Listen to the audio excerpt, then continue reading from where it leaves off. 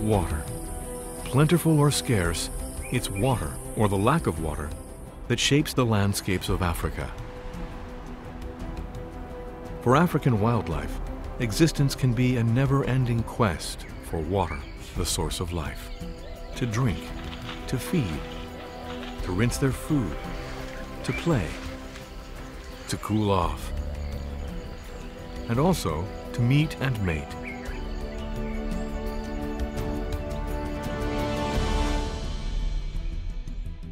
Southern Africa has a tremendous variety of ecosystems. From the wetlands of the Okavango Delta to the dry Etosha Savanna into the Namib Desert, wildlife survives wherever there is water.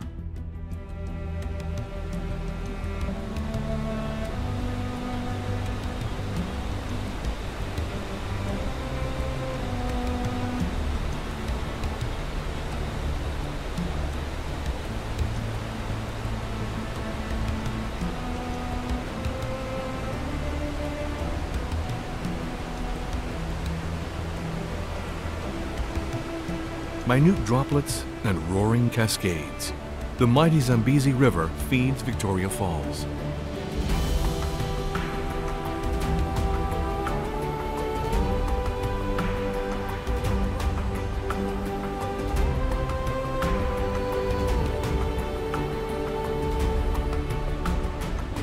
Where every second, 9,000 cubic meters of water plummet down some 100 meters across a brim 1,700 meters wide, forming the border between Zambia and Zimbabwe.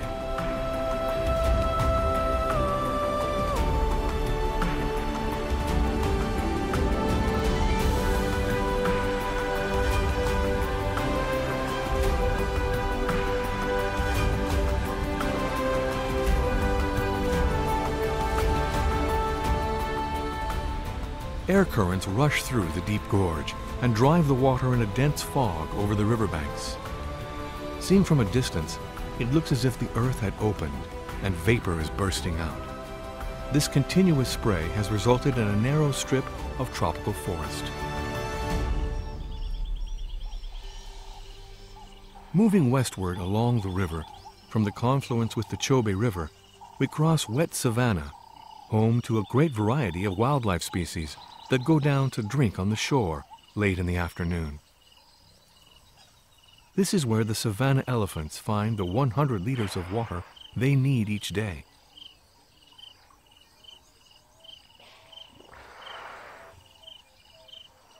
Because the anatomy of the trunk prevents them from sucking the water into their stomachs, they use it like a hose and empty it into their mouths.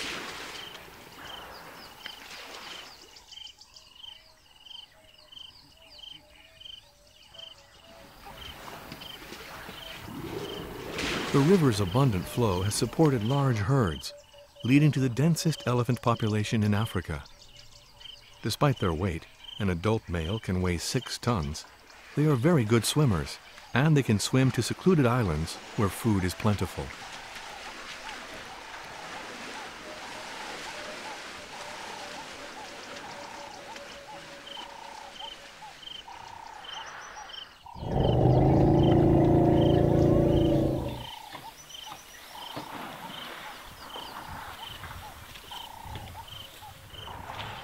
The river surrounds the island where they feed, and they use its water to clean their food. They are washing away the clods of earth clinging to the roots of the weeds.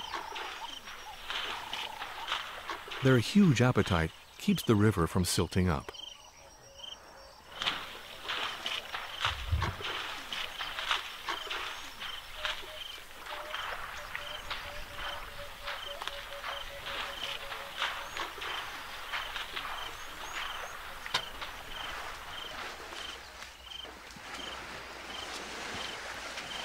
They always swim back to the mainland as a group, the calves just behind the adults, so they can lean on their backs if need be.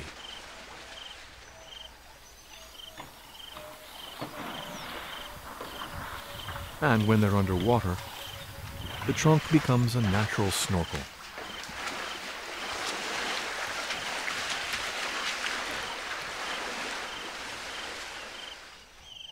Elephants spend 15 hours every day gathering the 150 kilograms of food they need. Once they're back on dry land, they continue to feed.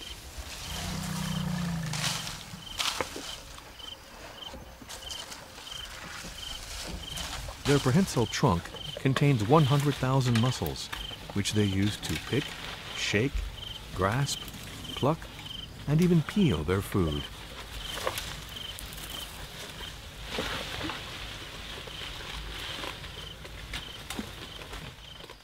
African buffalo, on the other hand, simply graze on the grasses growing in the muddy ground near the edge of the river. They feed mainly late in the day and at night. The great egret stalks the flooded plains to flush out small fish and crustaceans. But the Chobe River is home to many other species.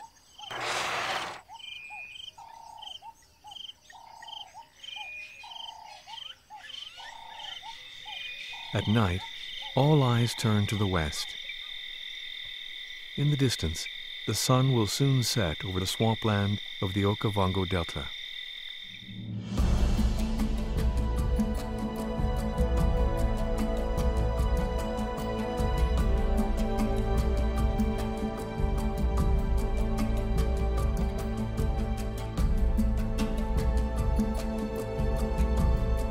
It was recently inscribed on the UNESCO World Heritage List.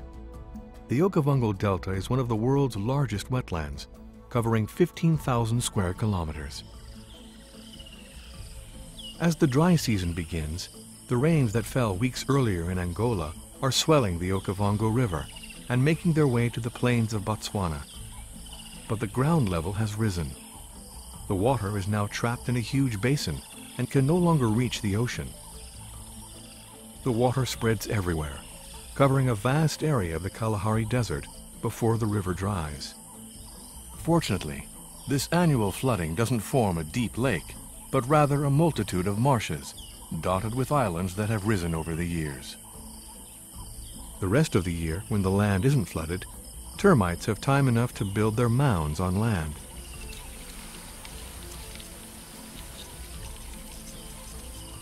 Birds that perch on the termite mounds drop seeds that germinate.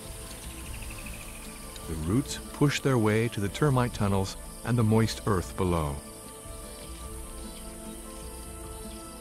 During the next year's flooding, sediment is deposited around these mounds of earth, eventually forming small islands where more and more plants grow. Over centuries, termites have helped raise the ground by several meters, splitting the arms of the river and forcing the water to fan out across this welcome oasis.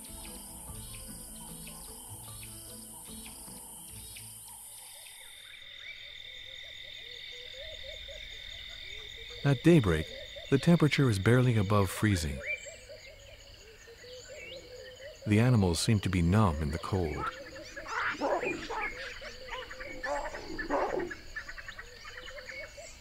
And while the baboons spend most of their days on the ground, they climb trees to sleep at night in a sitting position away from harm.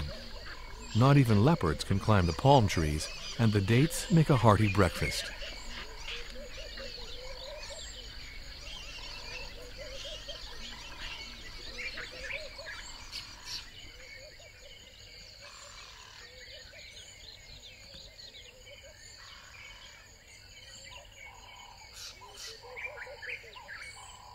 Giraffes enjoy feeding in cool morning air, saving the heat of the day for rumination.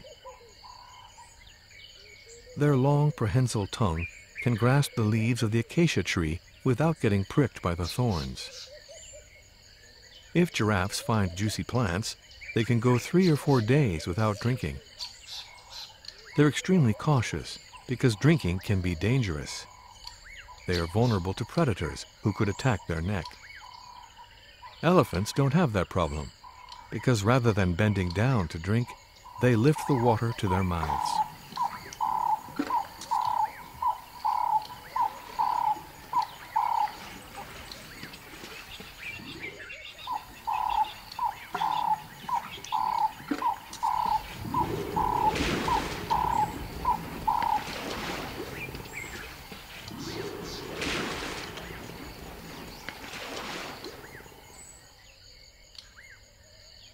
Nearby, a female African wild dog protects her burrow. She's waiting for the rest of her pack to return from hunting. The adults will regurgitate meat for the pups that are hidden underground. African wild dogs don't look for water in the Okavango Delta because their liquid intake comes mainly from drinking the blood of their prey. They're interested in the abundant herds of herbivores. But some antelopes can be fierce fighters, like the sable antelope, with horns that can grow to over a meter long. That's why predators tend to go after younger animals that are weaker and less cautious.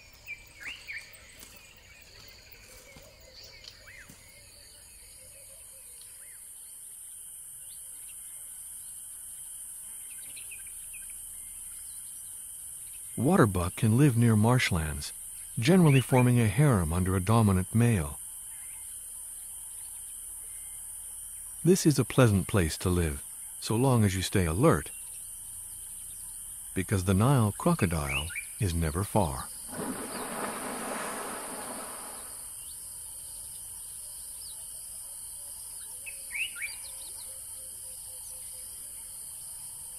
The Goliath heron is also well aware that, in the food chain, you can be both a predator and prey.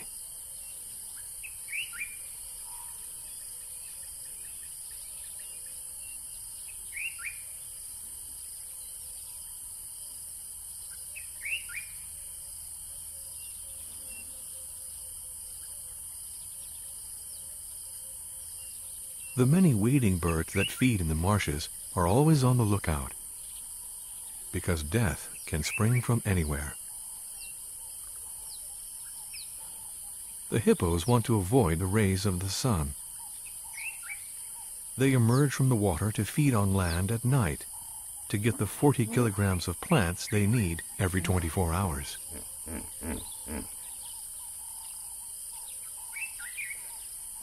For creatures that weigh in at 2 tons, their speed is amazing. In Africa, hippos are the most dangerous mammals to man. Incidents often occur when they try to defend their access to water.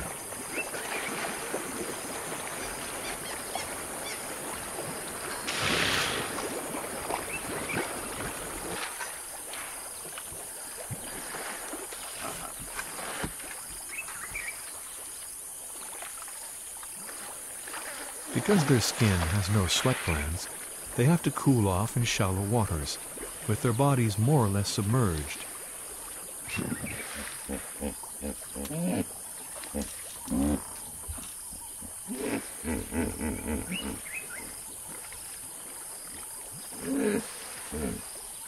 This is how they spend their days, packed together, rubbing against each other, or pushing and shoving, while they keep watch over their territory. A male hippo will defend his harem. Males challenge each other by opening their mouths, up to an angle of 150 degrees, showing their impressive teeth.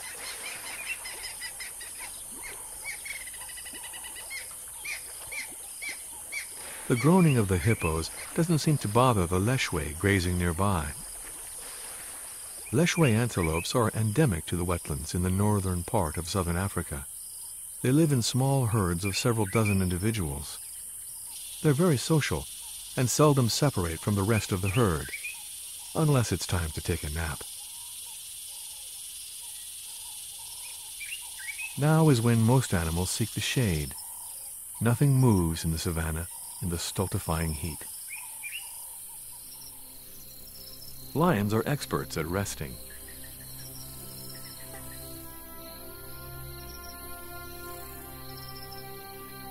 Cubs stay with their mother until they're about 2 years old, or just after the lioness gives birth to a new litter.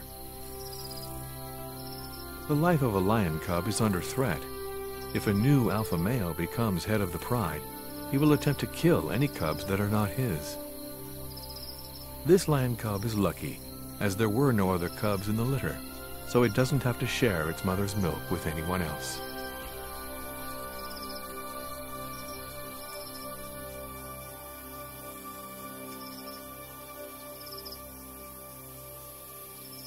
After a mud bath to remove parasites, and to protect them from the sun, the warthogs are the only mammals stirring.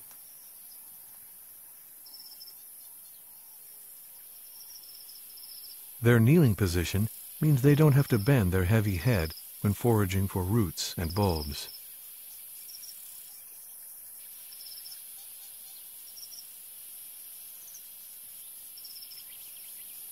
The southern ground hornbill is heading toward a watering spot where it will be able to find snails, frogs, and small reptiles.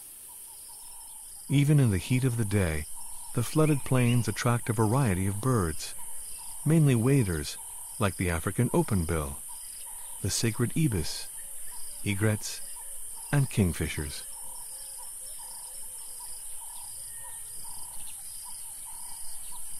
The marabou stork is a scavenger, but is willing to improve its diet, even if it has competition. Wading birds fish in different ways.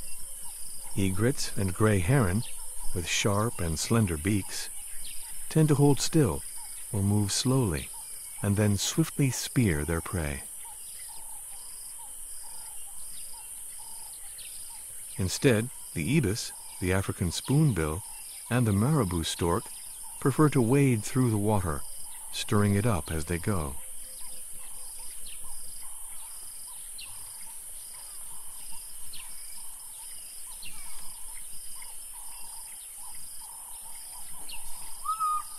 Oddly enough, despite their name, African fish eagles are the only birds that are not fishing now.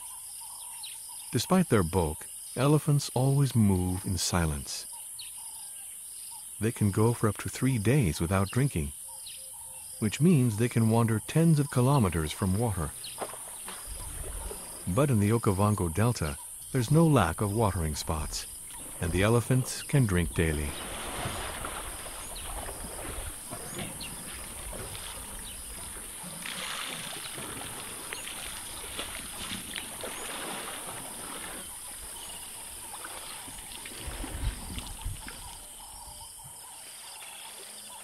After quenching their thirst, elephants are ready to enjoy a shower, or could even go for a swim if the water is deep enough.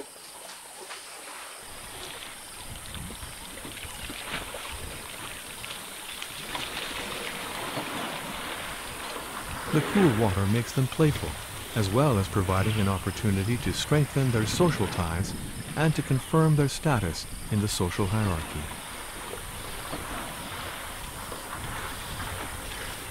Even when they are 30 or 40 years old, elephants can still enjoy themselves.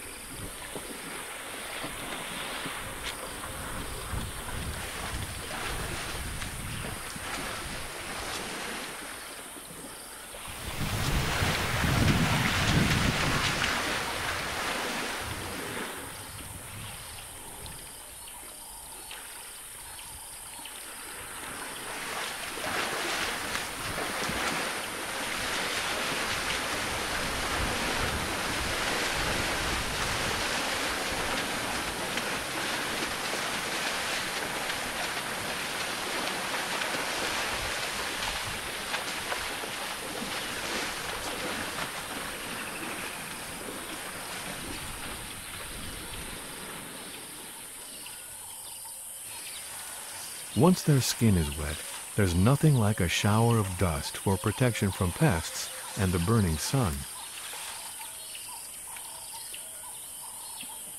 The trunk is useful as a shovel.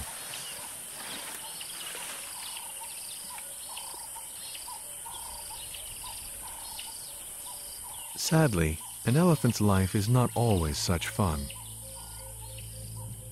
When adults are unsuccessful in protecting them, young elephants can be caught by predators.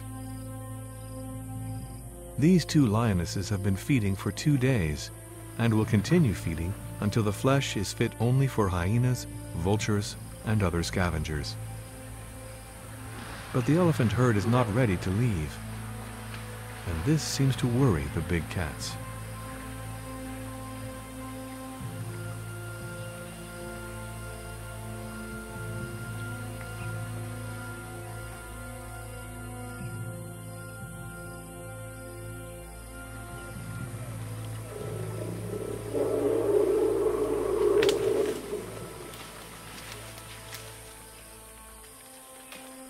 The elephant's attitude to death remains a mystery, and there are legends about elephant graveyards.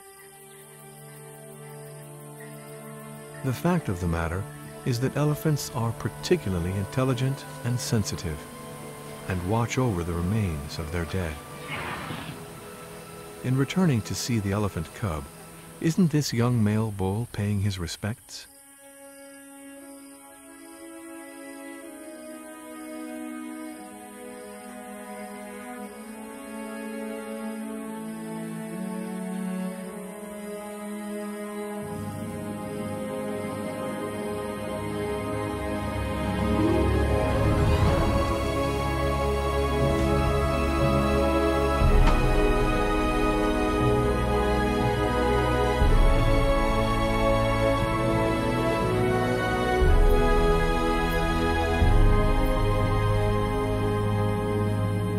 Is this not the kernel of a funeral rite, an expression of pity and revolt, as the elephant seems to shield his companion's body with dust?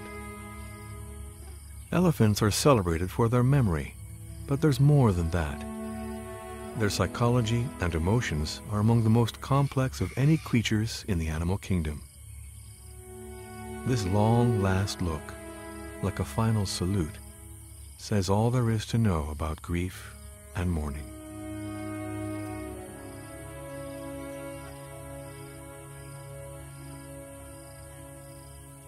Shortly thereafter, the herd decides to move on.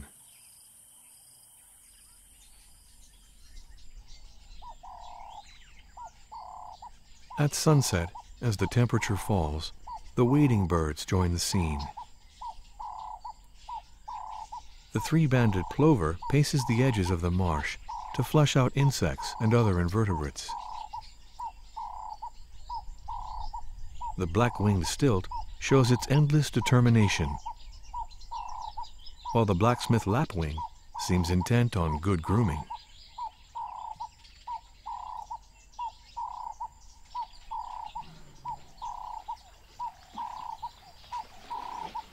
An old male or buck arrives, making no effort to go unnoticed. The water isn't deep enough to drink, so he simply makes a hole for his trunk. Male elephants sometimes live alone or in small groups of bachelors where they have to establish their status relative to the other males. The best way to get to know one another is by touch. A newcomer recognizes he is dominated by putting his trunk in the other elephant's mouth.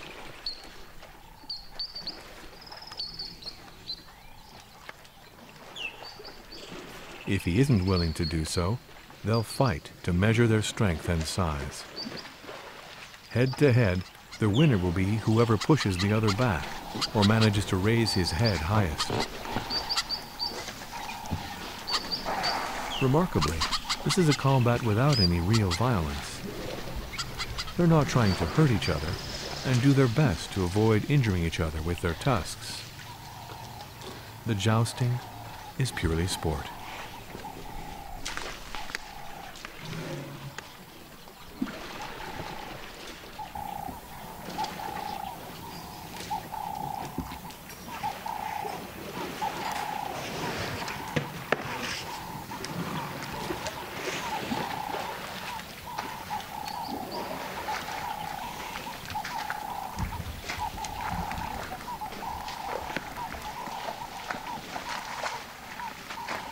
The combat ends when one acknowledges defeat and turns away.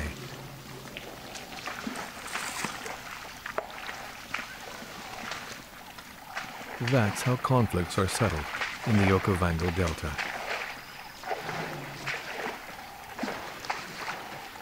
The day ends as peacefully as it began.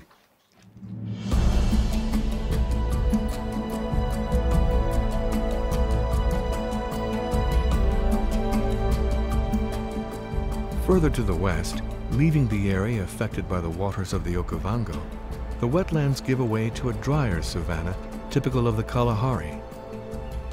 The central plateau of Namibia is hilly, with an average altitude of 1,000 meters. In the southern summer, the rainy season fills the country's riverbeds, only to evaporate when the dry season begins. Fortunately, some of the water seeps into the ground and flows through the rock to emerge as spring water deep in the valleys. This water is sometimes enough to sustain a small oasis of life. Trees shelter drought-sensitive plants from the wind and sun. At nightfall, the little residents of the valley come out of their dens and burrows under the rocks. It might be surprising to see this animal in a tree when it doesn't have claws or a prehensile tail. But the rock hyrax is tremendously adaptable, and survival in a dry climate means learning to get food wherever it's available. Eating in a hurry means limiting time in the open, in plain sight, because the rock hyrax has many predators, both on the ground and in the air. In a nearby palm tree, the cry of the gray go-away bird seems to be telling the intruder to go away, but in reality, the bird is only interested in the nectar from flowers and fruits. In these arid spaces, some water holes are made by man to help wildlife survive. This human aid is invaluable, especially for the leopard who comes to drink at sunset. Leopards are solitary creatures, and the water may help to restore him, possibly before another night of hunting. Because further westward, the drought of the Etosha Pan is unyielding.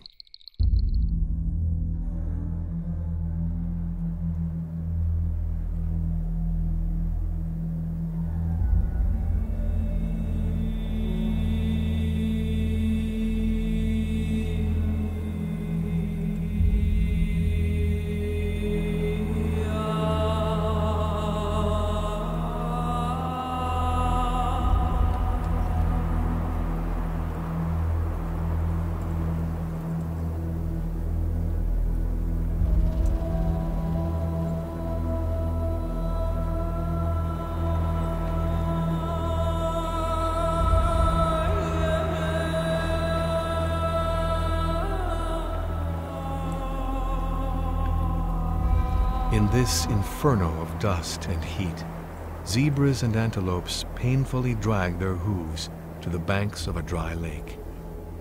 The wind blows away their tracks, but they all seem to be heading in the same direction, toward a specific point. Generations have followed the same route to a mysterious source of hope, a waterhole. Here, water rising from the depths of the earth attracts animals from all around. It's the only waterhole for dozens of kilometers. Herbivores can drink, and predators can inevitably find something, surely, to satisfy their hunger.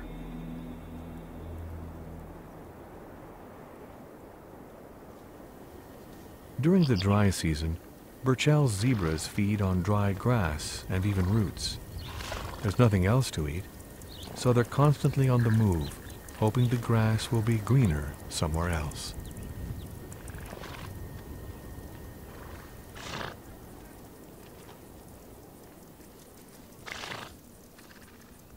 While the pale chanting goshawk spends hours on the watch for prey, the South African ostrich keeps its bill close to the ground.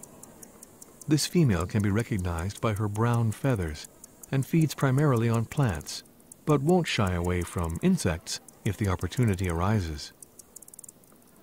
Periodically, for safety's sake, she lifts her head and peers in all directions from a height of 2 meters. Her cautiousness is crucial. Capable of running for several minutes at a speed over 50 kilometers an hour, she knows she can escape numerous big cats, but first she has to spot them through their camouflage. Ostriches can go several days without drinking, and sometimes lose up to 20% of their body weight because of dehydration. They are great walkers, traveling dozens of kilometers to reach a familiar waterhole. Seemingly proud of his spotless black plumage and pink legs, the male shows the way, soon imitated by his harem.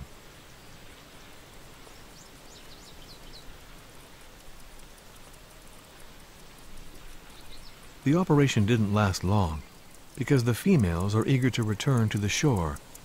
They seem uncomfortable as they watch the opposite shore and the arrival of creatures that never go unnoticed in the savannah. The black rhinoceros is the second largest land animal after the elephant. Black rhinos tend to be active in the evening and the night, but sometimes their thirst cannot wait. They are not known for being polite, and antelopes, like this red hartebeest, keep well away. Rhinos are short-sighted, but very sensitive to odors. This one has identified something intriguing.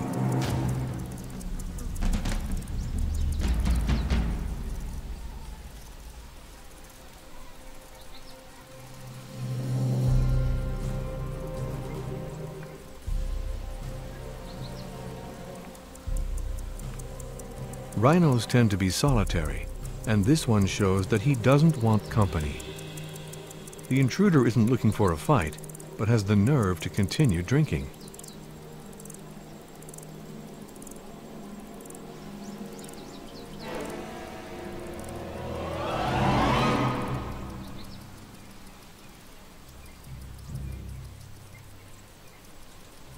Rhinos rarely fight without a good reason.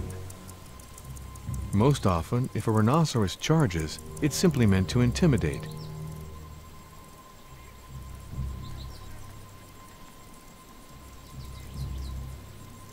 This intruder understands that his rival is not ready to compromise and signals his submission. Status is respected and the problem is settled.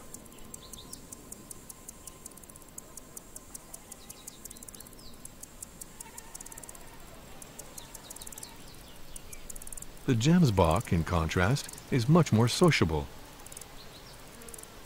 If one of his females strays from the herd, the male sends her back to graze with the others. When the afternoon becomes too hot, the animals seek refuge in the shade, like this southern yellow-billed hornbill. Its beautiful yellow bill can measure up to 20% of its total size. This cheetah is resting, probably full after a good meal. Despite its blinding speed, cheetahs are not strong fighters. After killing their prey, they hide it under a bush and hurry to eat what they can before other predators arrive. Generally, the cheetah tries to avoid scavengers. Any injury will be too much of a handicap for running. After a good meal, cheetahs can go several days before hunting again. That leaves ample time for grooming.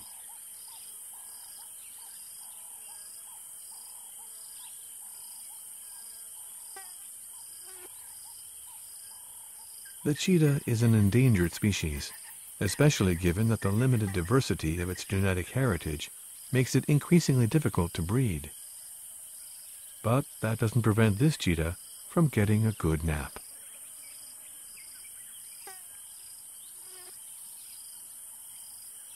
It's surely not going to be disturbed by the Kori bustard, as it looks for insects and small reptiles. The Kori bustard is Africa's largest flying bird, but that's no reason to take unnecessary risks.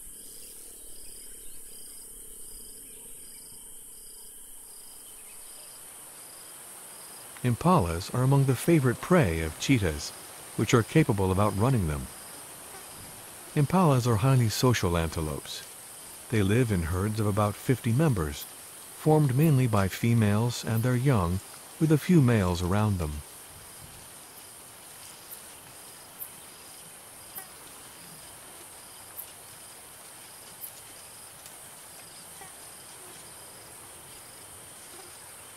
Social bonding involves rubbing, and can sometimes turn into jousting among the bucks as the females watch.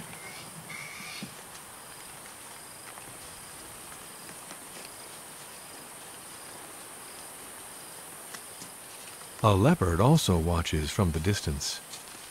Perhaps he is choosing his prey? Just like the brown snake eagle, who typically feasts on reptiles, but is keeping an eye on the comings and goings of these Cape ground squirrels. rodents threatened by so many predators that they're never far from an entrance to their burrows. Just a moment's distraction, and the black-backed jackal would make a meal of them. Giraffes can watch the sunset over the distant horizon, holding their heads some 5 meters above the ground. Their necks have no more vertebrae than most mammals. Their vertebrae are simply longer.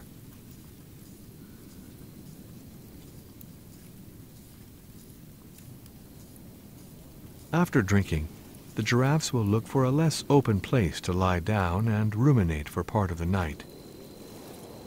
They sleep in 5-minute spells.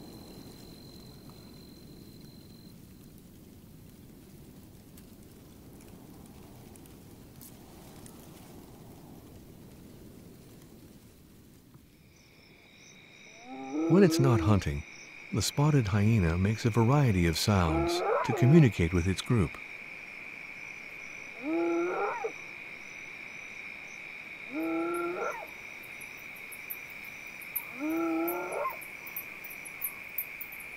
A single hyena on its own is never very brave. Like every other creature, when a rhinoceros is on the move, the hyena gets out of the way. This hyena is being trailed by a jackal, doubtless hoping the hyena will lead it to a carcass. The black rhinoceros is distinguished from the white rhinoceros not by color, but by the pointed shape of the upper lip, which lets the black rhino feed on branches. It is called black to differentiate it from the white rhinoceros, which has a wide lip, and the name white is actually based on a confusion with the Afrikaans word wijde, which is the same as wide in English. Hearing a lion roar in the distance, the hyena prefers to move away. But an adult rhinoceros has nothing to fear from a lion.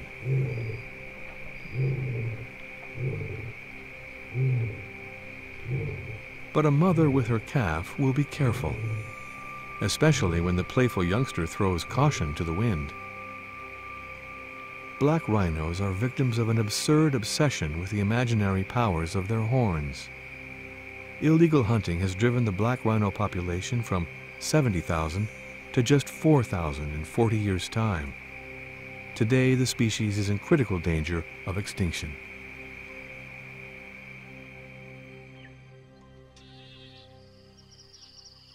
The leopard is an excellent climber and spends time resting in trees out of sight.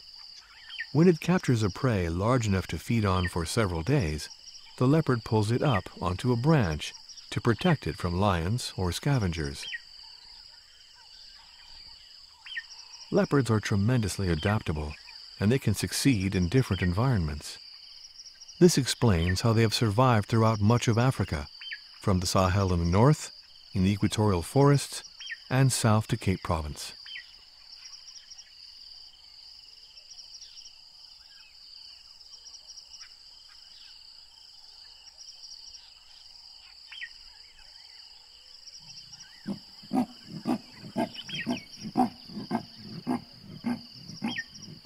The female leopard lives alone, unless she is still raising her cubs, who live with her for almost 2 years.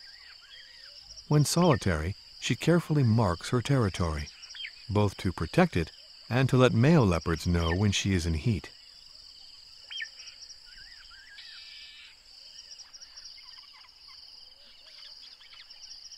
Lions are twice the size of leopards, and generally have more cubs in each litter. Sometimes a young lion born the previous year is left to watch over the younger generation while their mother is hunting. This young lion seems to be paying as much attention to the cubs as their mother would, even if he's unable to feed them. Lions live in a pride, and females can cooperate to suckle and raise all the cubs in the pride. This solidarity is very rare among felines. Lions have the sense of sharing while respecting their social hierarchy. When prey is killed, the dominant male, if there is one, eats first, followed by the females who hunted together, and finally the cubs. But today the pride is less interested in hunting than in sleeping in the morning sun. Nature strikes a balance. While some animals sleep, others can get on with their affairs. This is breakfast time for the greater kudu, a magnificent antelope that would be easy prey for the lions, despite the twisted horns which, if straightened, can reach 1.5 meters in length. And because the greater kudu is not a fast runner, it's crucial to do a careful inspection before grazing. Springboks can concentrate on their meal because there is always one individual in the herd to raise the alarm if need be. Perfectly adapted to heat and drought, this springbok can find the plants richest in water. But in the middle of the dry season, nothing beats a watering spot. After several months without a drop of rain, animals need spring water to survive. This waterhole is going to be very busy this morning. Before it gets too crowded, a group of young kudus comes to drink.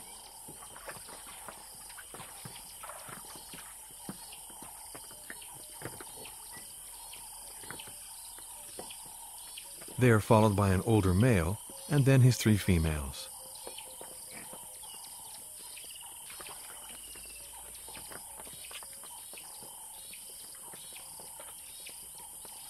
This is one of the great powers of water.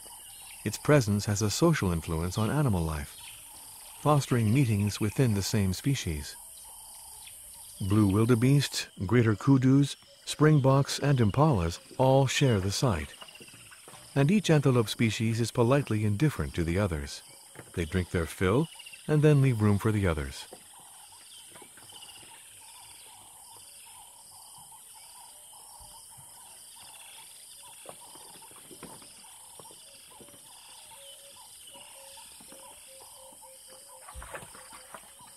Nevertheless, when 2 herds of zebras approach from different directions, there's some pushing and shoving at the water hole, but still no hostility.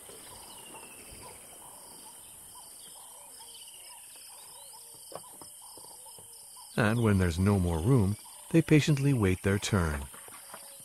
Everything remains peaceful and respectful until the elephants arrive.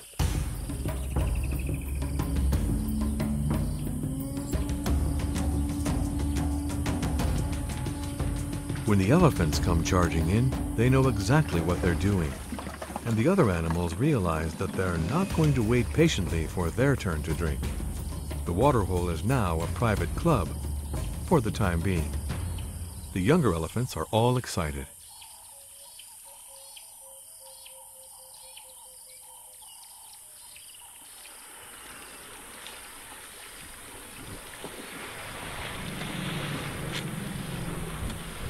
A second herd, led by a dominant female, clears the first herd away.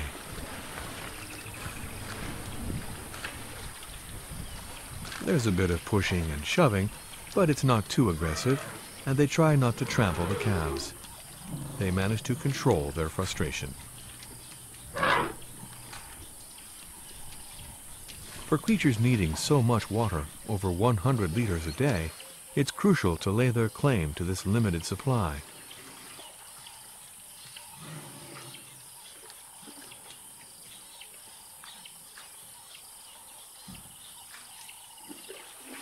And just to think, a few 100 kilometers away, other elephants are happily bathing in the Okavango Delta. Only a couple of intrepid warthogs try to sneak in, between the elephants' legs. It's a lost cause. Like the antelopes waiting near the waterhole, they will have to make do with a dust bath for the time being.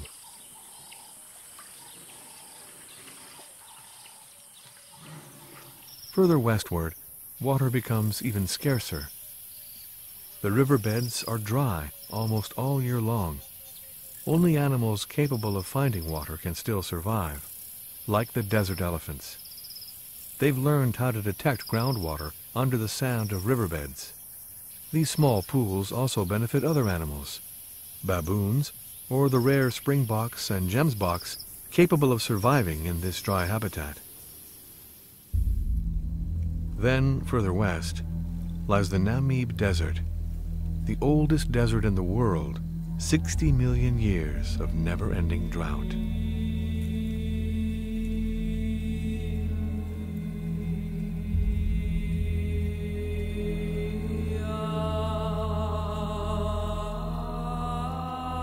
Gradually, approaching the Atlantic coast, the rock gives way to sand. Vegetation attempts a final burst of life before surrendering.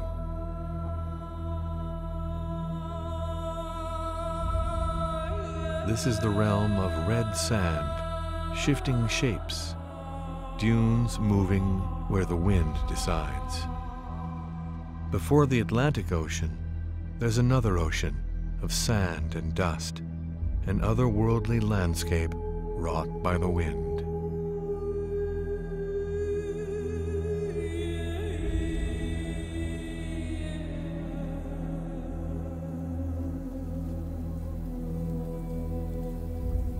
These dry tree trunks are relics from another age, proving there was water here 600 years ago. There was a river, briefly, and then the advancing dunes swept sand into the river's mouth, blocking its flow, forming an ephemeral marsh. Since then, life has almost disappeared.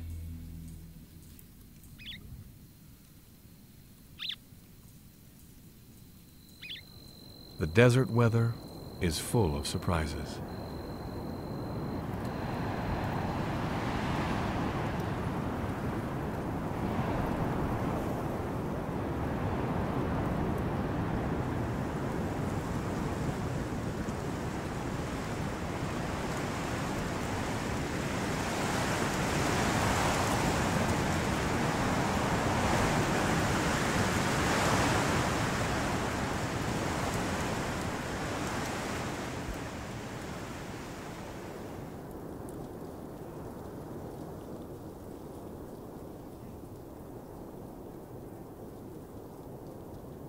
In the morning, humid air chilled by ocean currents forms a fog over the warm desert sand.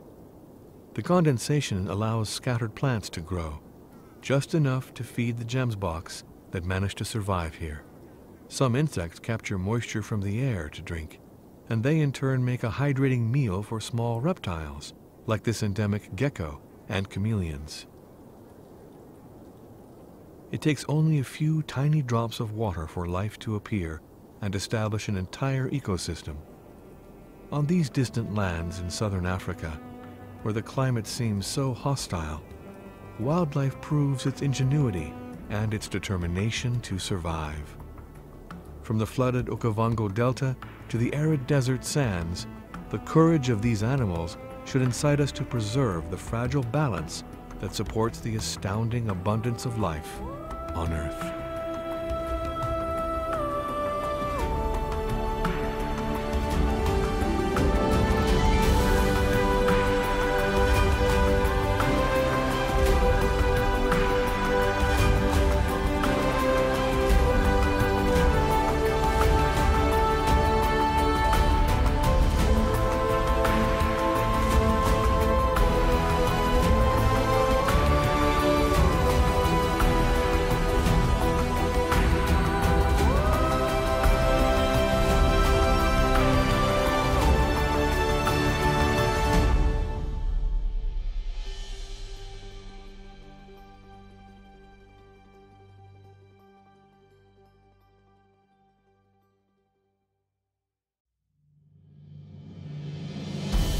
For thousands of years, predators and their prey have blended in with the golden landscapes of the African savanna.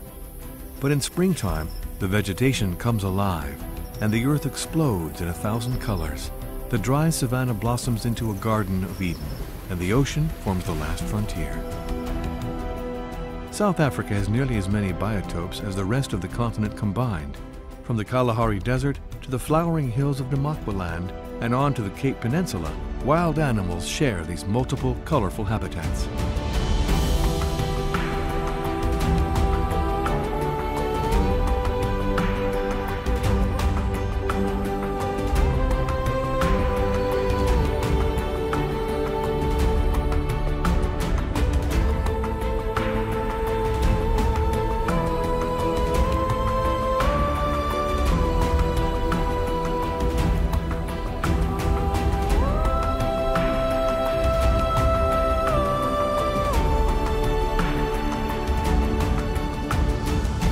The southwestern corner of the Kalahari Desert, where the borders of Botswana, Namibia, and South Africa meet, is the driest part.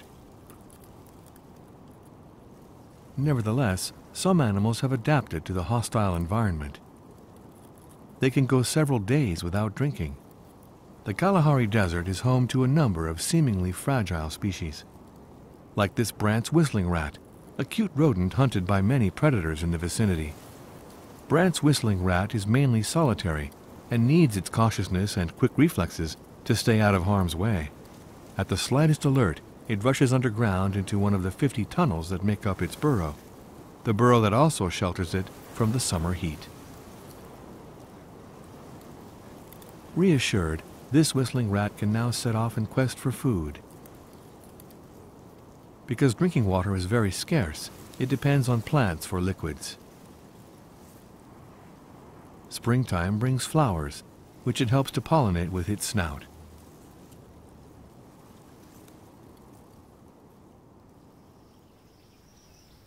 Here, in a dry ancient riverbed, the acacia trees manage to capture underground water with their long roots. The trees provide shade and hold a little moisture in the air, allowing other plants to grow. And those plants attract antelope, including the springboks, that congregate in small groups of single males or females with their young. Accustomed to dry places, they can go days without water, finding the bare minimum they need to survive in young shoots of grass, leaves, or roots.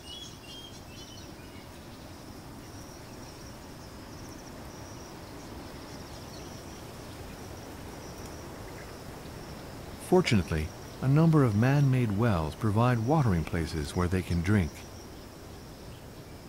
In parks and natural reserves, these water holes help animals cope with the dry season, because even if thunderstorms are common, they seldom bring any rain. In the riverbeds, you also find flocks of South African ostriches, undeterred by the bleak surroundings. Here they find plants to eat and minerals they need. And if a cricket sometimes appears, well, it's a good source of protein.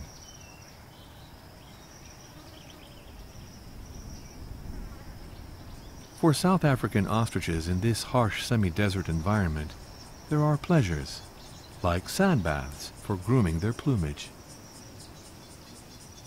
They seem to have found the right location, but there might be a dispute about that.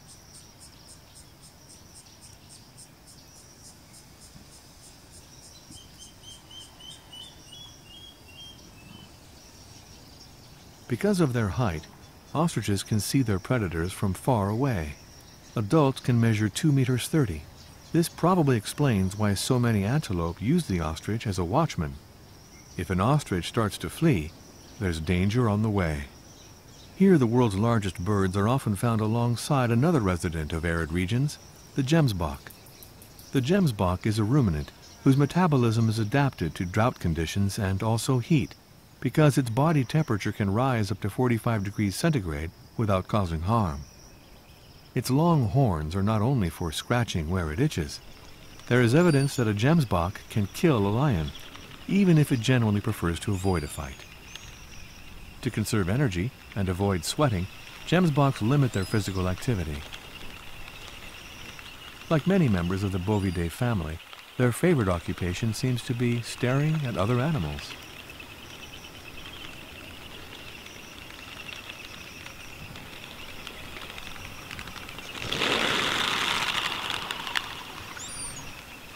When gemsboks move, they have no idea their tall horns are visible from a distance.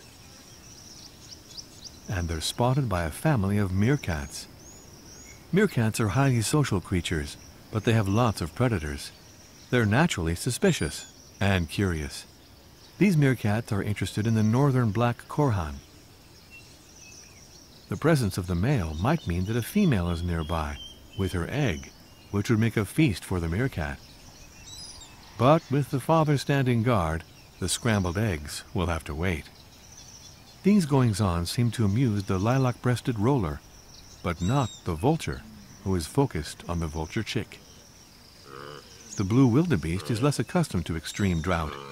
That's why the largest populations are found in Kenya and Tanzania.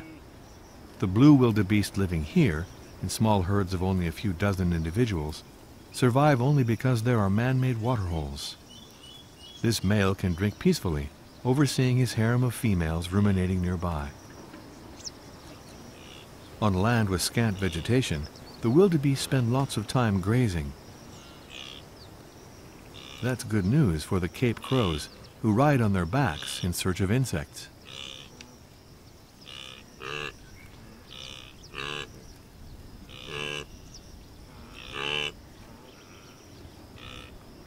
The male wildebeest demands obedience from his harem and from the young, especially when danger threatens. The herd suddenly freezes, motionless, all senses on the alert, because an intruder is stealing its way to the waterhole.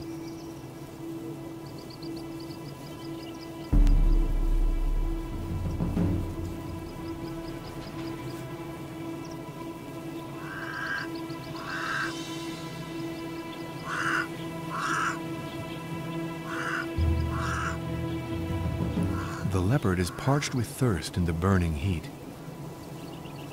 And it's not the crow's cry that will scare it away.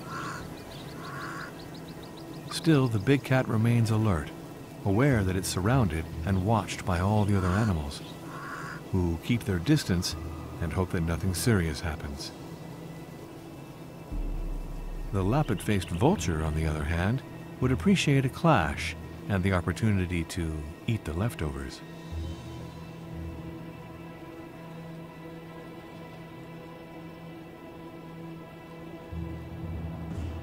But the leopard only came to drink and leaves as quietly as it came.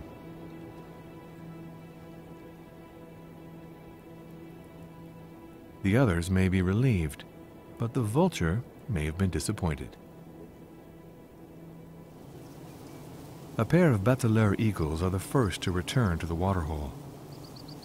Soon they're joined by a tawny eagle.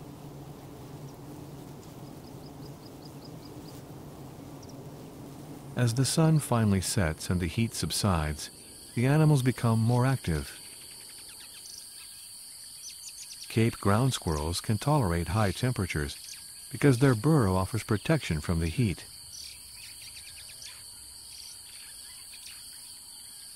Outside, in the open air, they use their tails for shade. Hot sand isn't a problem. To the contrary, it's a good way of getting rid of their parasites. Or most of them. Because they seldom have access to water, Cape ground squirrels seek juicy plants or fresh buds during the growing season. They're constantly on the lookout. Finding food in this arid region takes lots of time.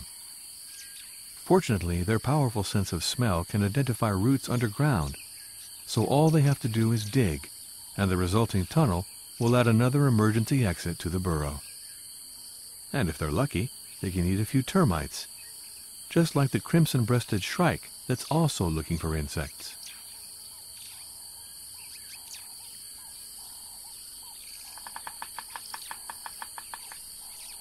When all is quiet, you can hear the pecking of a Bennett's woodpecker. This male, with his distinctive red skullcap, may be trying to attract a mate.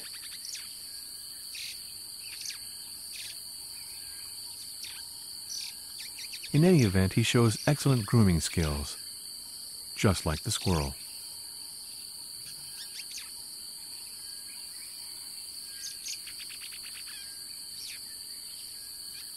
Fur or feather, whichever, so long as everything is clean and glossy.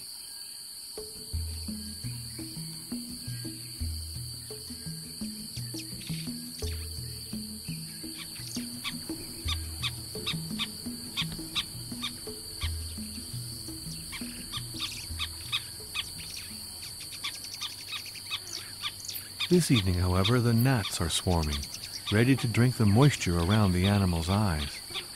The insects also bother the greater blue-eared starlings that gather in the trees at sundown, especially in stormy weather.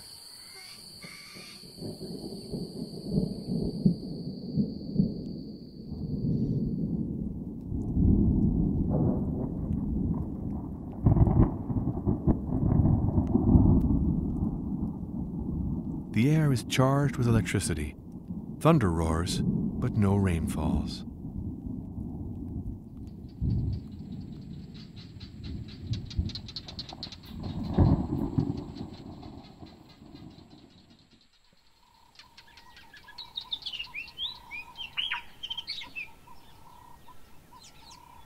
After a troubled night, the animals begin to stir. The ring-necked dove shakes off the numbness with a bit of grooming.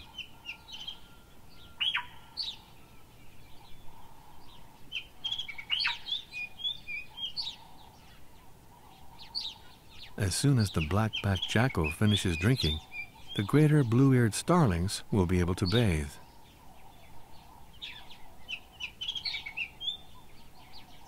These lionesses are ready to take a nap. They'd sleep soundly were it not for the brown hyena sniffing around, attracted by the scent of the game the lionesses killed the night before.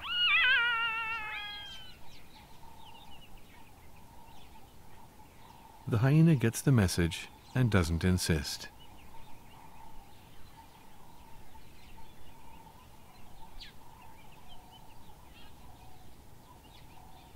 Lionesses generally rest 20 hours a day. They don't hunt every night. Sometimes they simply digest their huge meals or conserve their energy. In any event, there's always a good reason for stretching out like this.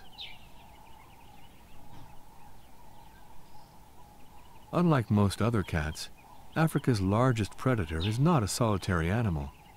Females live in a close-knit group, the pride, with kinship ties between sister, mother, and aunt. A pride can be accompanied by one or more males from other families. The constant confirmation of family ties improves the group's unity and mutual support. Any conflict could quickly become destructive. Their close relationship also helps when the females hunt together. Whenever they meet, lionesses lick each other. They sniff, they rub, and they cuddle.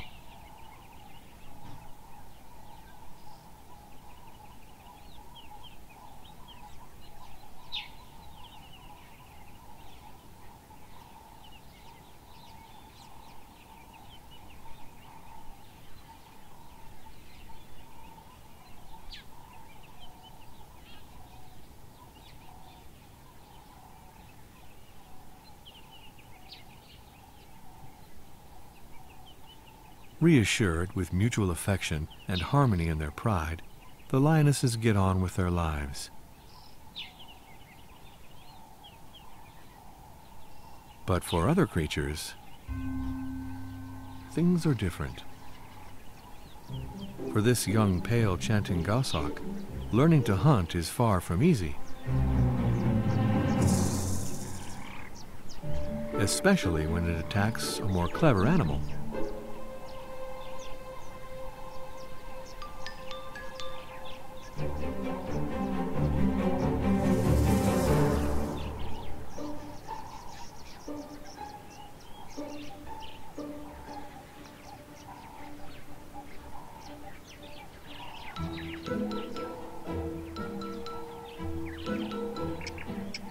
This squirrel family seems to be defiant. They look like they enjoy taunting the bird, probably to keep it away from their main burrow.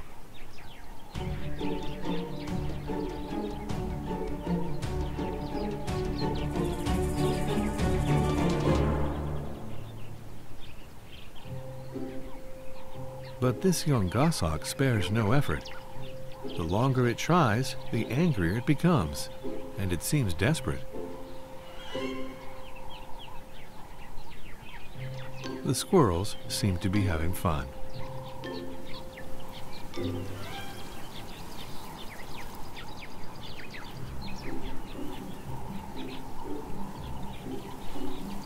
In the distance, a jackal sees what's happening. It too would like to make a meal of one of these impish squirrels.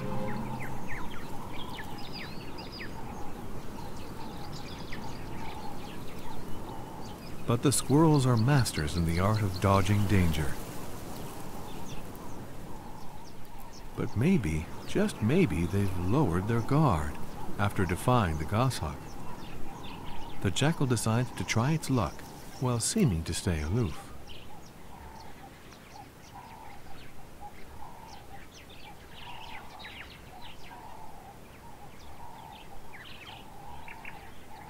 But how can he succeed where the goshawk failed, knowing that squirrels can plunge underground in the blink of an eye? Is there a better strategy? Or perhaps an easier prey? The goshawk has to give up the fight and content itself with digging insects out of the dung.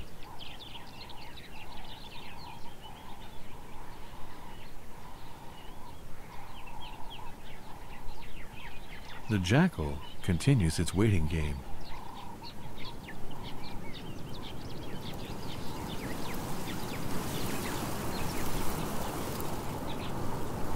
The squirrels eventually emerge, and, bold as ever, they're determined to perpetuate the species. When you're constantly threatened, when every breath may be your last breath, it's important to maintain the bloodline.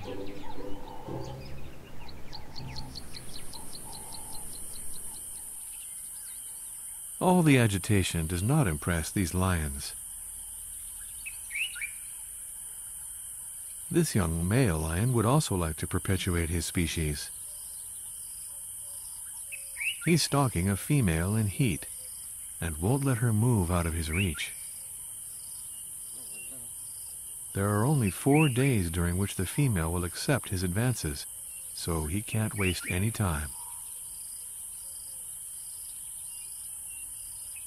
Displaying her feline charm, the lioness signifies her consent.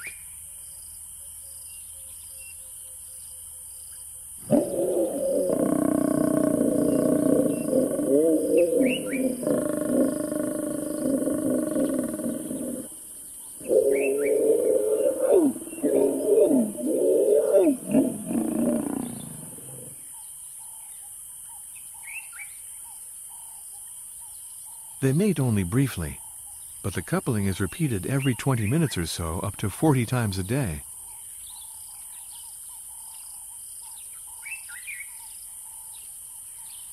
The young lion seems disoriented. At least he'll have another good reason for resting.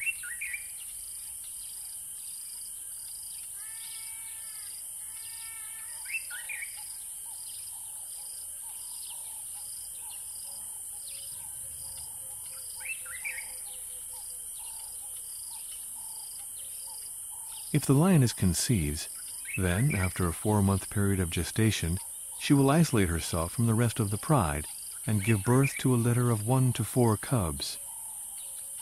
She will nurse them by herself before bringing them to the pride, where the other lionesses will also help to nurse and raise them. Just opposite, the lions can hear continuous chirping from the nest of the sociable weavers. Sociable weavers are a passerine species endemic to southern Africa. They live in colonies of hundreds of birds that share a large communal nest. Each pair of birds produces 1 or more chambers, which they enter from underneath. The sociable weaver's nest is a dense cluster of dry grasses, built up over generations. It can measure several meters in height and weigh over a ton. With time, the weight can even break the tree or the electric pole on which it's built.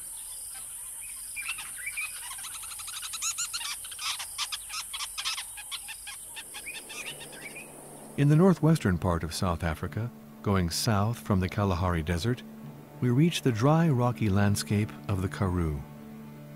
In a local language, Karoo means the place of thirst. Dwarf shrubs and succulents are scattered across the arid land. It seldom rains on the Karoo.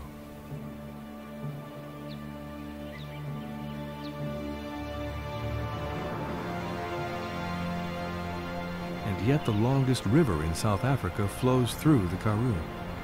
From its origin in the Drakensberg Mountains to the east, 1,500 kilometers away, the Orange River runs through the desert at the bottom of steep gorges. As if by miracle, the water seems to spring from the rock.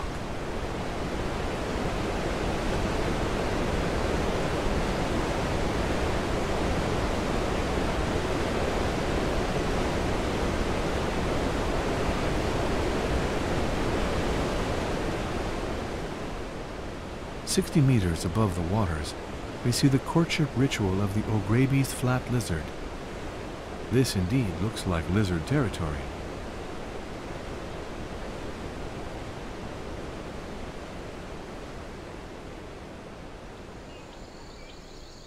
On the Karoo Plateau, the rock prevents rainwater from seeping into the ground. When there's not too much evaporation, the water forms pools, allowing creatures to survive even if they aren't really adapted to arid conditions. These vervet monkeys live on the edge of the forest, where they can enjoy fruit and insects in the trees and the water pools on the rocks.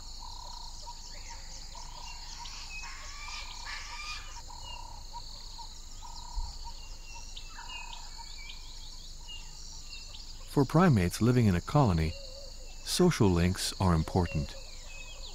Each morning starts with grooming.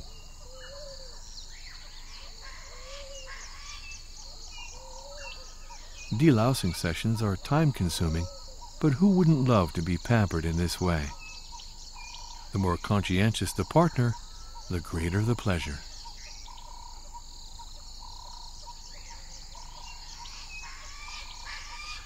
After the delousing ceremony is completed, the vervet monkeys head off in search of food. As omnivores, they appreciate whatever they find on the ground: plants, insects, and small reptiles. Trees provide berries, birds' eggs, and a good vantage point for watching over their territory.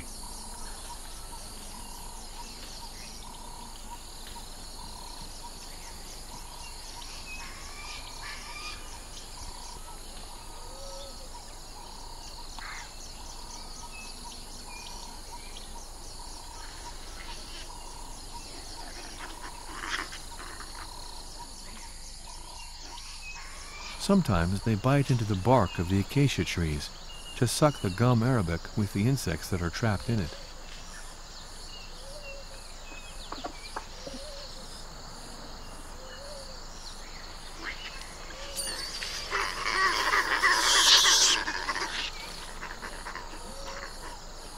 Apart from the status conflicts between males, life couldn't be better for the vervet monkeys.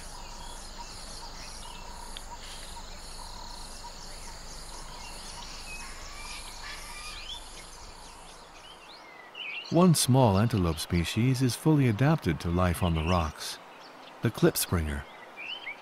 With sharp pointed hooves, klipspringers seem to skip on tiptoes. This allows a secure foothold on hard, steep surfaces. They usually live in couples or with a single offspring, but this solitary female doesn't seem to mind being on her own. There aren't many predators capable of following her up the side of a cliff.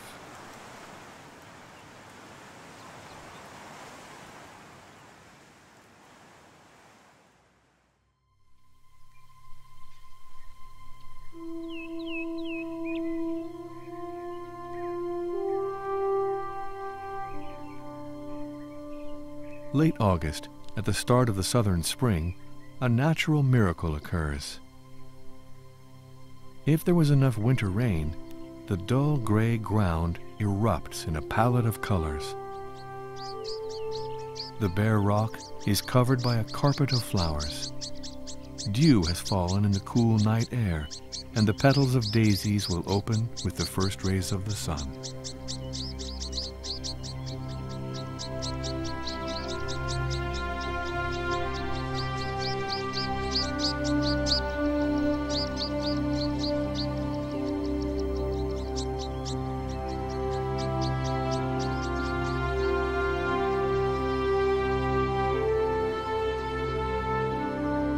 For wildlife that endures so much, surviving through heat and drought, springtime is a short-lived period of grace.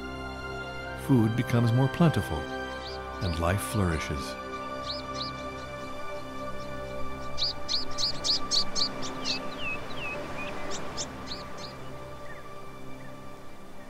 It's amazing to see gemsboks in this lush setting. Gemsboks typically live in arid zones, and now they enjoy a few weeks' relief. There's no waterhole in the vicinity, so they feed mainly in the morning to take advantage of the dew on the leaves. Flowering plants are a most spectacular sight, but Namaqualand is home to over 3,500 plant species, nearly a third of them found nowhere else on Earth. Gemsboks have few predators, apart from the unobtrusive leopard, so they can ruminate in peace.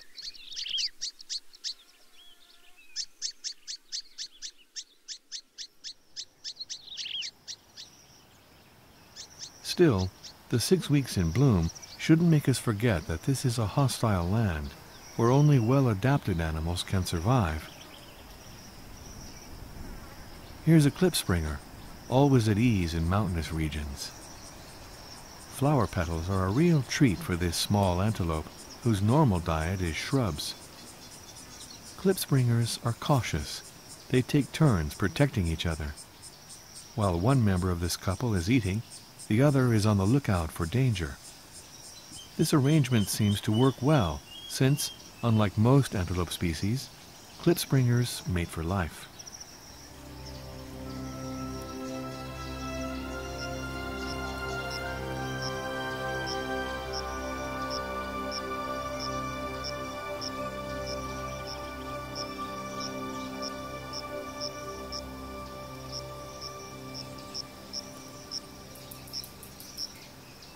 Further to the west, under the influence of the Atlantic Ocean air, the carpet of flowers is even brighter.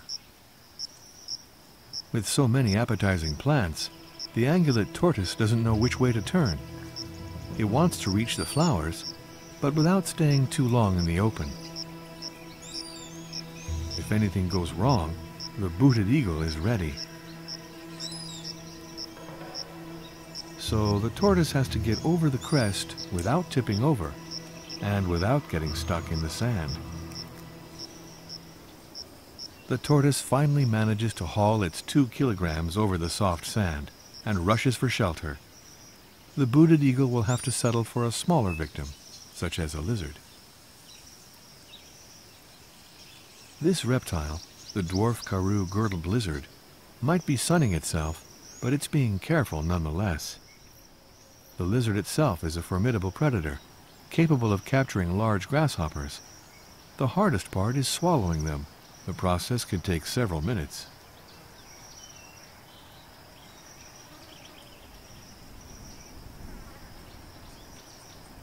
This lizard, the southern rock agama, is sunning itself, camouflaged on rocks just as colorful as the lizard itself. It's ready to catch any passing insect that comes too close. It's midday, when the flowers open completely and the hills of Namaqualand explode with color.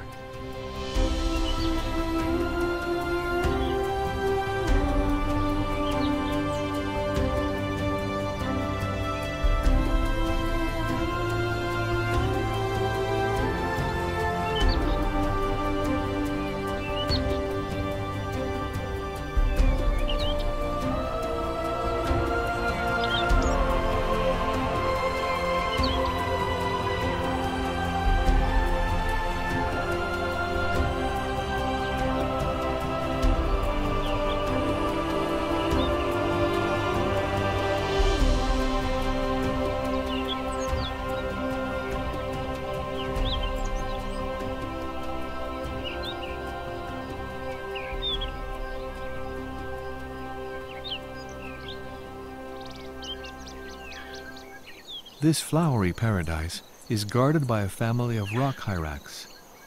At the slightest alert, this rock hyrax frantically marks his territory. The rest of the family remain on the lookout, and with a pair of eagles overhead, they have every reason to be alarmed. But luckily for them, the eagles have turned their attention to another prey.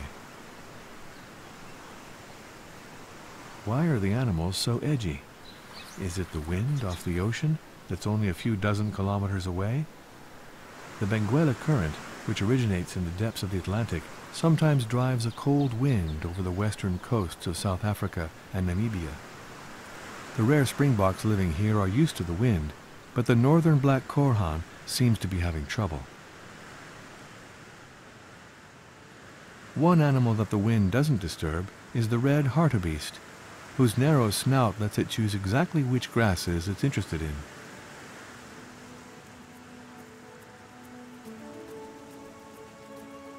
Then, once it's eaten its fill, it seems high on the wind and leads the herd in a mad dash.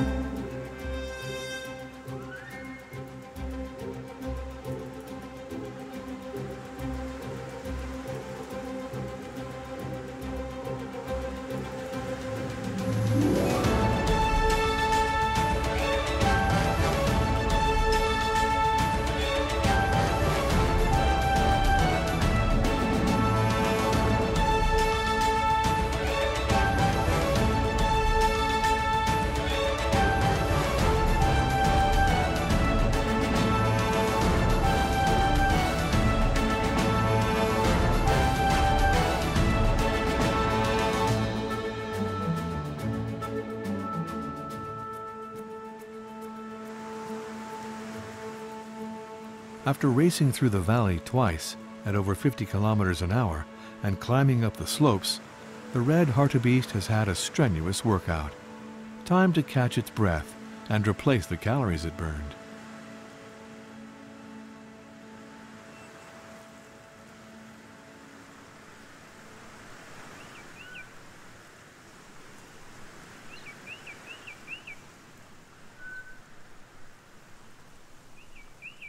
Now things are peaceful again, the helmeted guinea fowl come out into the open. They're always on high alert and eat anything within reach of their beaks, seeds or berries, or ticks and insects.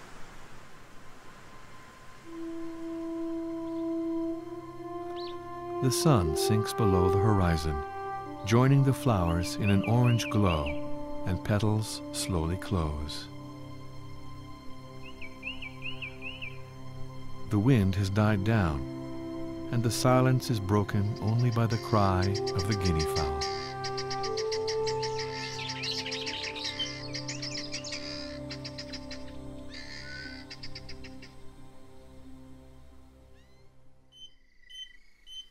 "100 kilometers further south, the day breaks over a totally different landscape.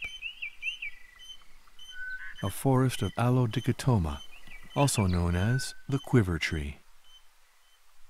This species of aloe is relatively rare because it grows only in the most arid conditions and then only in certain soils. The trunk grows slowly, and the tallest specimens can reach a height of 8 meters, an exceptional size for a plant that has to contend with its leaves drying out. In this rocky place, however, there is water where no one would expect.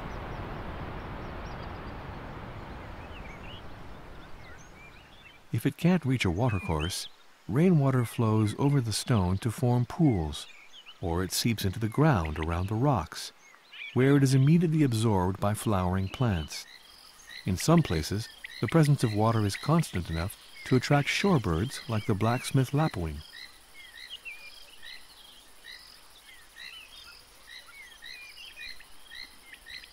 When the water can neither run off nor seep into the ground, it forms small pools that are quickly colonized by plants. This is a reed bed, where a noisy bird colony has decided to settle. The Cape weaver is in the midst of nesting season, and the frenzy of the males is at its peak. The purpose of this agitation is to attract as many females as possible, and the male weaver knows that female weavers can't resist the appeal of a cozy nest. To improve his chances, he builds as many nests as he can. Nearby, a southern masked weaver also demonstrates his skills as an architect and builder. Each of his females requires her own nest. He begins by slitting a reed in order to insert a stem, which he knots with all the dexterity his beak allows.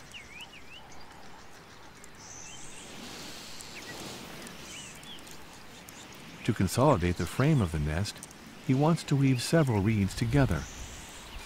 He has woven grass around one reed and wants to join it to the second reed. But it won't hold together. The wind's too strong for the time being. That's frustrating. Nearby, it's also breeding season for the southern red bishop. Most of the year, males and females have similar brown feathers. But during the breeding season, the male changes radically, turning bright red and black. He can be proud of his appearance, but the southern red bishop male relies on something else to seduce his many partners: his skill in building nests. The next day, the wind has died down. This cape weaver is showing his nest to a female, hoping she'll find one to her liking. Alas, she didn't seem to be impressed. But he perseveres and adds a few finishing touches to the entrance. And now the female returns. She'd only gone to find something to improve the interior. She likes the nest, and the male is overjoyed.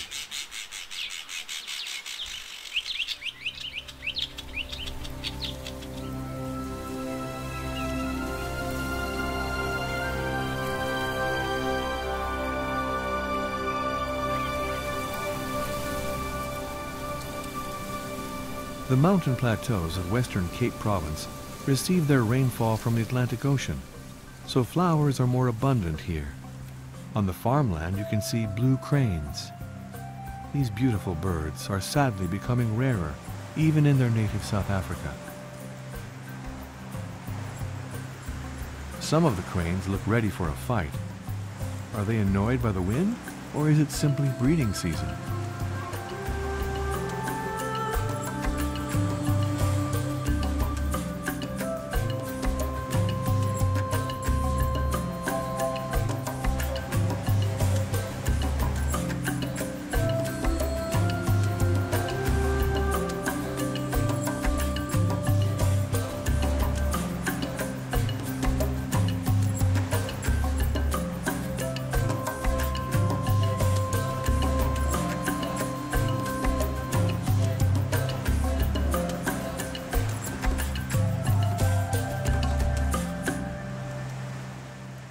In the next field, the sacred ibis are much more peaceful.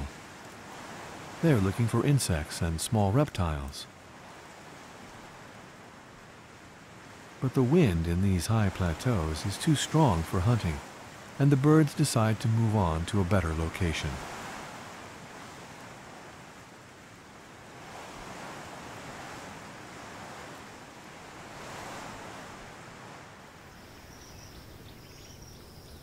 The ibis fly lower, joining some cattle egrets on the flowering plains. Unlike other members of the heron family, cattle egrets are not restricted to wetlands, as they feed primarily on the insects they find with herds of cattle or antelope. Their eyesight is so good that they can spot the smallest insect from a distance of several meters. The presence of cattle egrets indicates that this meadow is frequented by large herbivores. In fact, this little paradise is home to zebras, springbok, and wildebeest. Food is abundant, and the nearby Atlantic Ocean brings its brisk, bracing air. The bontebok is endemic to the Cape region, but is now quite rare because of overhunting in the 19th century. Today, bonteboks number only about 3,000, and the species is now protected. Here the male can feast on the new shoots while watching over his harem.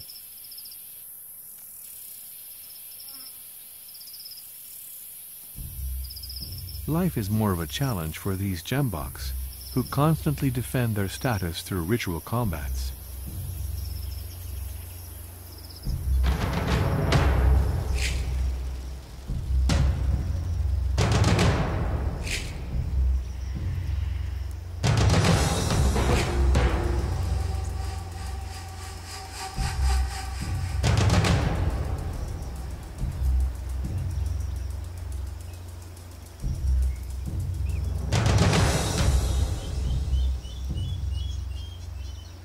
The fighting stops as soon as one gemsbok acknowledges defeat.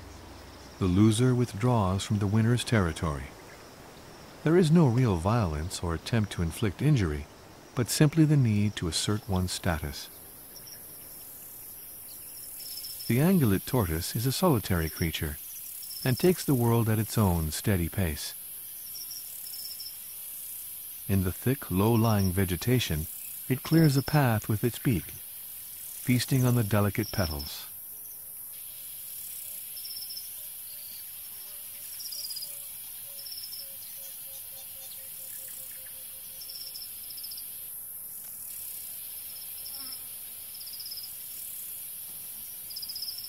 The tortoise may often encounter the elegant Cape spurfowl, a species of pheasant endemic to the Cape region. And the Cape spurfowl has spotted the very discreet spotted thick-knee, a member of the curlew family. Much more impressive, because it's the size of a water buffalo, the common eland lives in herds of several dozen individuals. They have no objection to the cattle egret, as the bird removes their parasites.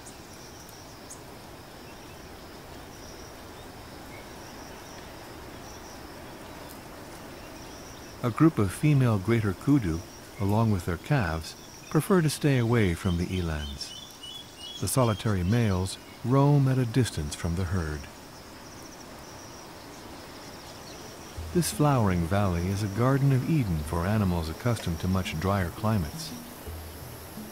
The only reason this protected area still exists is because it has been made a nature reserve. As civilization spreads through the best areas for farming, most of the wild animals that once lived here had to flee northward to the arid lands of the Kalahari Desert. Fortunately, thanks to the parks and nature reserves in the temperate regions of South Africa, animals can continue to reproduce, passing on the torch of life. Here they are free from thirst and dust and suffocating heat. Here the young bonteboks climb green hills, sometimes for the simple pleasure of admiring the view, a spectacle that is unimaginable for their cousins in the desert.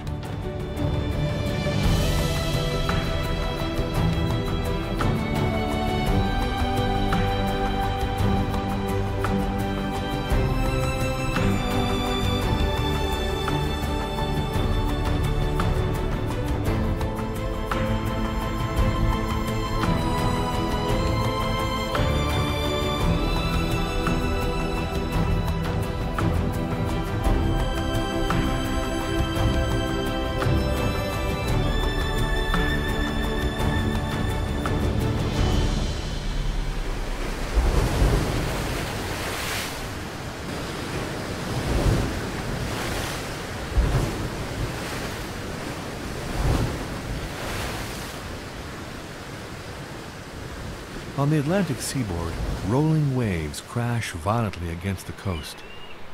But in the coves and bays, protected from waves, lagoons are host to many species of wading birds. At low tide, these greater flamingos wade along the shore. They spend a long time filtering the water with their beaks, as they feed on tiny aquatic invertebrates. Here on the shore, a couple of white-fronted plovers are mating. Under the nonplussed gaze of a Kitlitz's plover.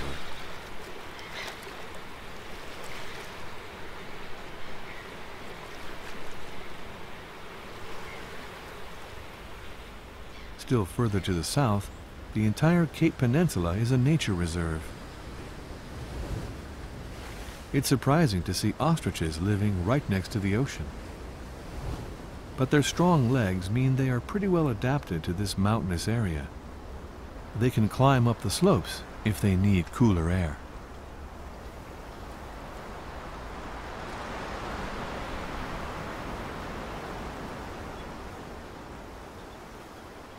From the summit, the view stretches to the entire southwestern tip of Africa. The climate is Mediterranean, but with more storms, because the warm currents of the Indian Ocean meet the cold currents of the Atlantic. The result is an exceptional area of shrubland called fynbos. The Fynbos biotope includes thousands of endemic plant species, 70% of which are found nowhere else on Earth. Taking delight in the flowers is this pair of orange-breasted sunbirds. While feeding on nectar, they also pollinate the flowers.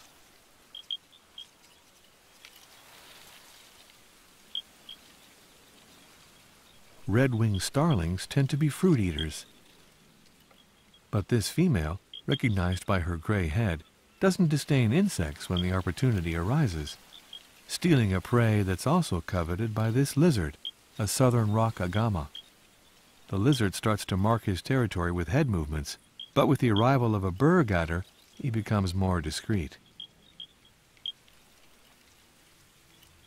Finally, the sun sets in silence over this unique spot at the end of the world.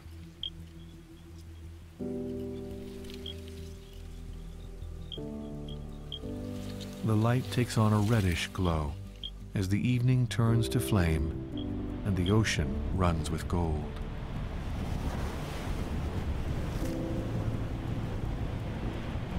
Nowhere is nature more beautiful than in southern Africa. Yet nature can be hostile, with harsh climate and extreme drought.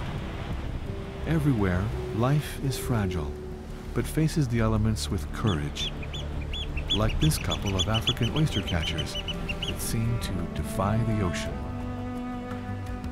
Wild animals have no choice, so they persevere, they adapt, they face danger. Yes, nature can be harsh and cruel and unfair, but animals take only what nature can give.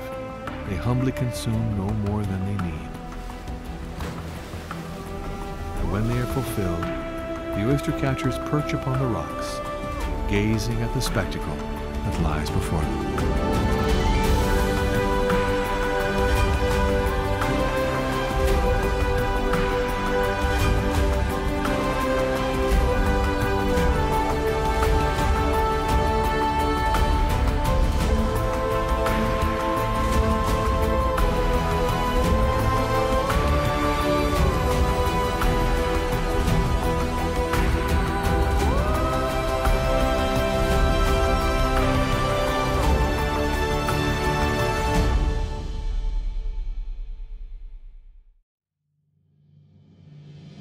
At 3,000 meters above sea level, plants are parched by the sun. Water is scarce. At lower altitudes, in the tropical humidity, tall trees reach up to the sky in search of light. Here on the southern tip of South Africa, wildlife has adapted to a wide range of climates, each with its own intensity. The sea is raging under a stormy sky. The rainy season has just begun. At the southern tip of the continent, from the Cape Peninsula to the Drakensberg Cliffs to the KwaZulu-Natal mangroves, wildlife is getting ready to face another tropical depression.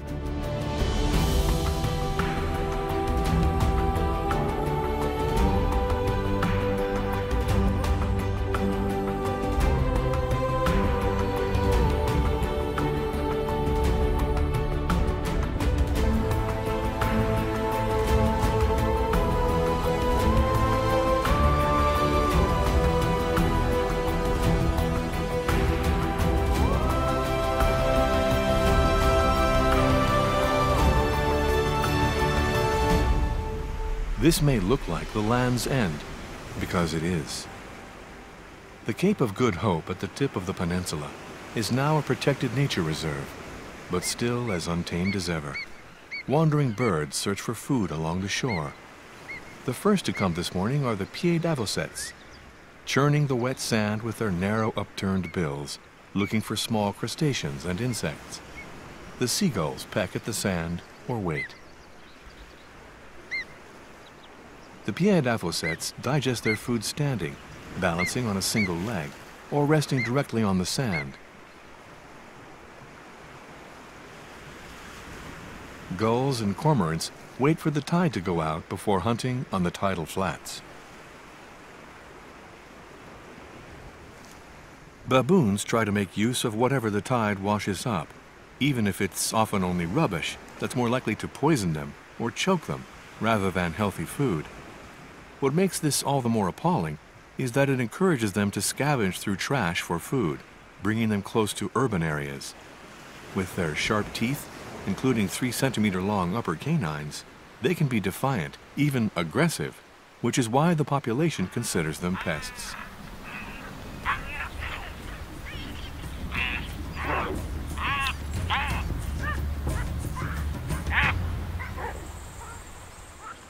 But on the coast, these baboons are protected, and they have no predators. They have all the time in the world, and don't hesitate to show the Egyptian geese who's in charge. The group is composed of some 40 individuals, of both sexes, under the control of a dominant male. Females care for their young, and sometimes other young baboons whose mothers have died or abandoned them. In the morning, the troop spreads out to find food. Baboons are omnivorous, but here their diet consists mainly of the innumerable species of plants that make up the rich flora of the Cape region. Baboons instinctively put into practice a form of sustainable management of their natural resources. Instead of stripping the first appetizing bush they see, they simply take a few leaves here and there. By gathering small amounts in this way, they spare the plants and diversify their diet. Succulent plants provide a large proportion of the fresh water they need. They really go after the succulents, so much so that their cheek pouches end up storing what they can't eat on the spot.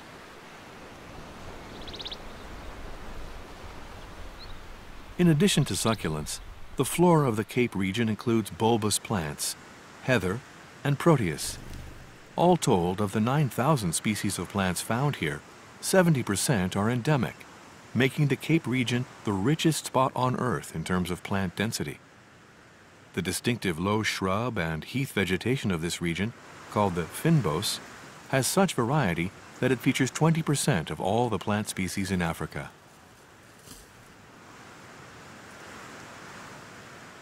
The Cape Mountain zebra is also feasting on the grasses. Apart from a few antelopes, these zebras are the only large mammals on the peninsula, where they were reintroduced in 1984. The Cape Mountain zebra is a subspecies that was hunted to the brink of extinction in the middle of the 20th century, when only 100 remained in all of South Africa. It is immediately recognized for its elegant head and dense brown striping, which made it a favorite trophy for hunters. But today, these zebras live in peace and enjoy a fragrant, varied diet between the sea and the mountains. The Cape Peninsula may have a Mediterranean climate, but it is also subject to harsh weather. Because it is bounded to the east by the warm waters of the Indian Ocean and to the west on the Atlantic coast by the cold Benguela Current, resulting in a constant wind. This makes the peninsula a perfect playground for the Cape gannets.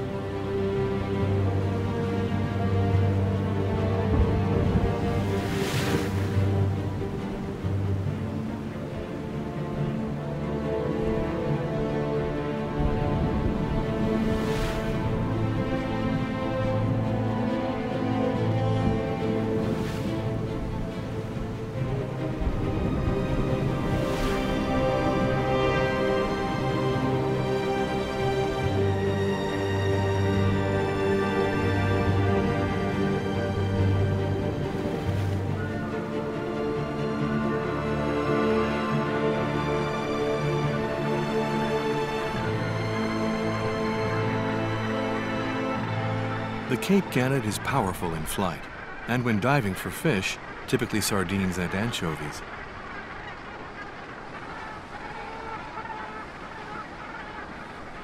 Is there a moment's hesitation when the Cape gannet returns to the colony? It can't be all that easy to recognize your partner and your nest when there are thousands of birds around. To reconnoiter and find the right approach into the wind, they make several low-altitude approaches before landing. When flying together, they all move in the same direction to avoid collisions.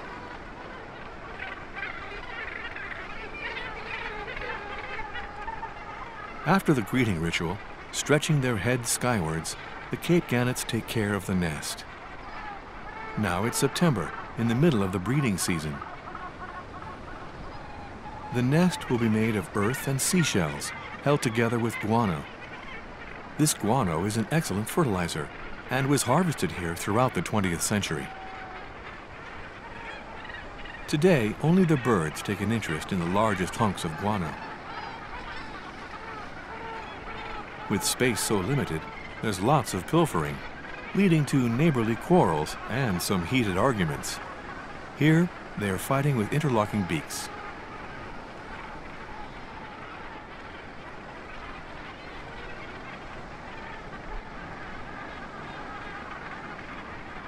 Living in a close community does have its benefits. It makes the gannets less vulnerable to attacks by seals. It also provides an opportunity to meet a soulmate. Mating couples stay together for several years, even if the flames of passion may have to be rekindled, as in these courtship displays, when the gannets' necks and heads unite in a tender ritual.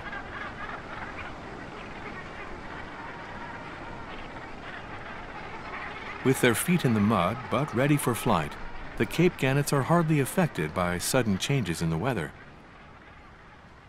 Storm clouds approach, the temperature drops, and violent gusts of wind sweep through the fynbos.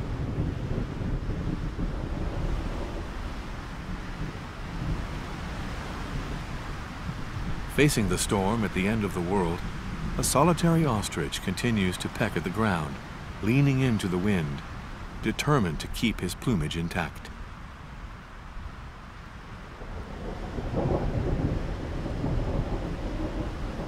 This isn't his first storm, and he doesn't seem bothered by the gusting wind. Even when the clouds fade over the sea, the animals wait patiently. The bontebok simply chew their cud, while a patrol of sacred ibises defy the weather.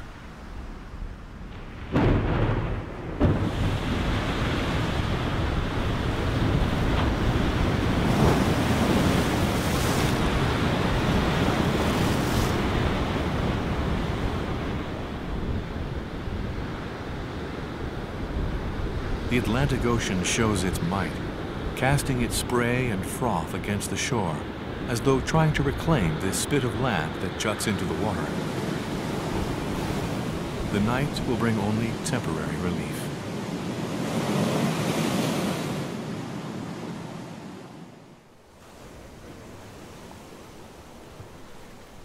After a troubled night, it's a rough awakening for these African penguins, especially when they blow their horns.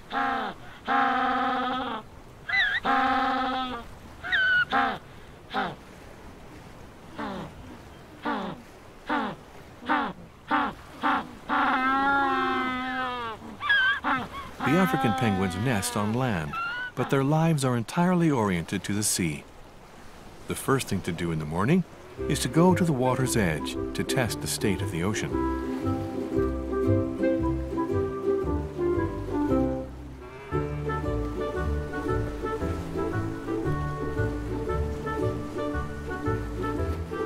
At low tide, the sea is calm, and only a single young whale, probably strayed from its mother, breaks the surface of the waves. But the calm is short-lived, because another storm is brewing. Like many animals, these penguins seem to fear the roar of the thunder and watch the sky with apprehension. This is when they usually go to the water. But is it prudent to go right now? In the end, they decide to stay put, sheltered in the rocks. Swimming can wait.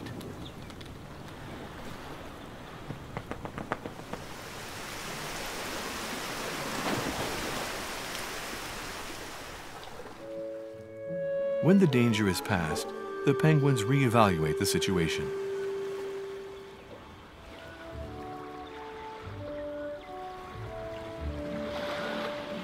One brave penguin is the first to venture forth, and others follow, with a cautious enthusiasm.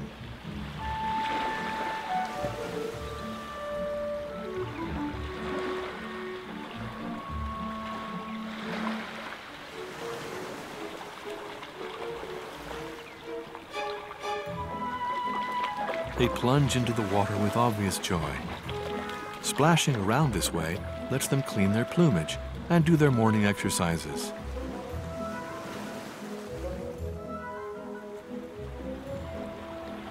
A few bold penguins lead the way and others follow.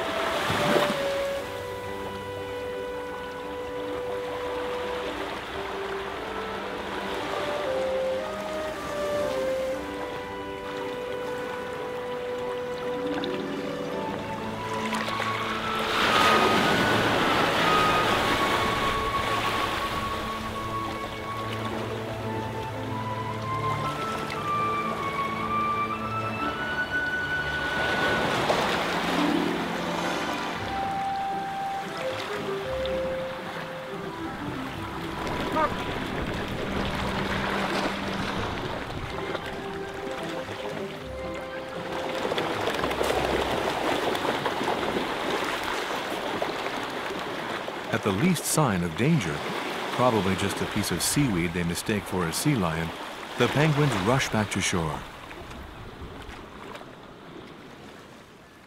Back on dry ground, they miss the water. But none of them dares to swim alone.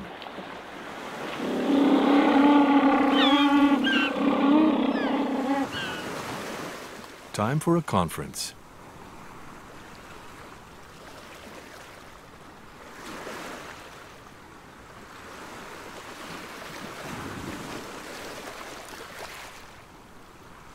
It looks like the leader doesn't want to go back into the water right away, so they continue their grooming session on the sand. When one begins, everyone else follows.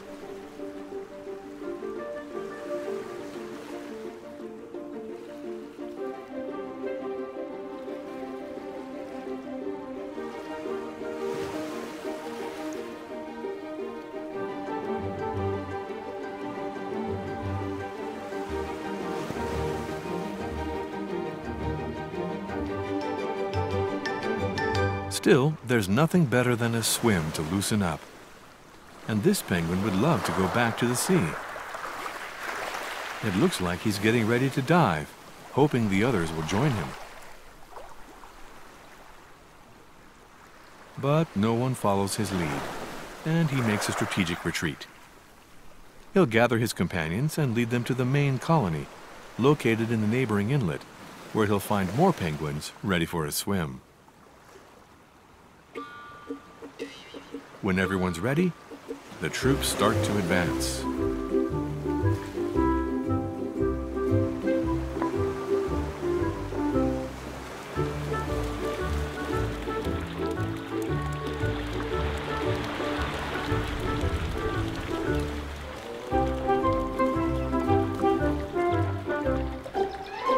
They soon join the rest of the colony.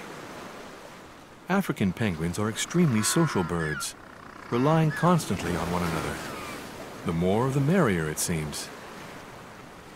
Unfortunately, the species is endangered.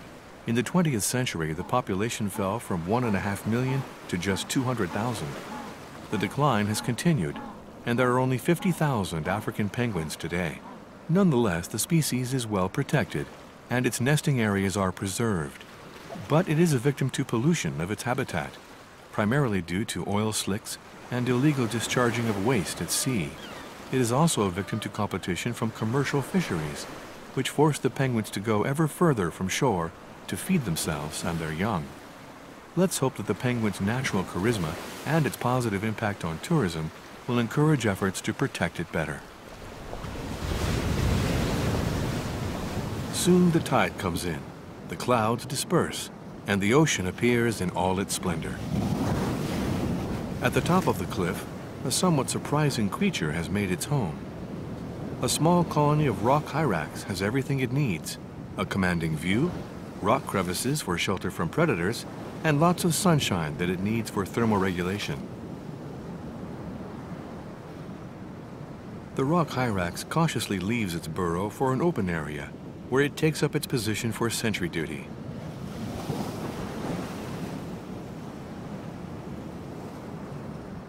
Some members of the group spend hours basking in the sun, while others feed.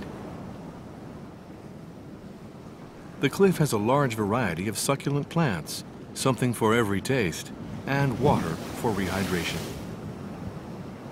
After the rains, puddles are a precious source of fresh water on these steep cliffs.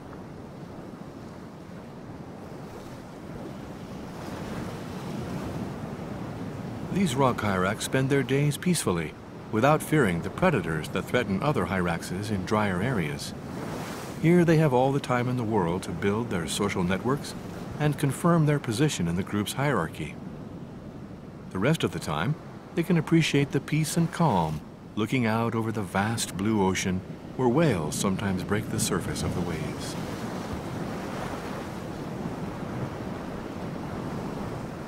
This is the season when southern right whales return to South African waters, some to mate, others to give birth.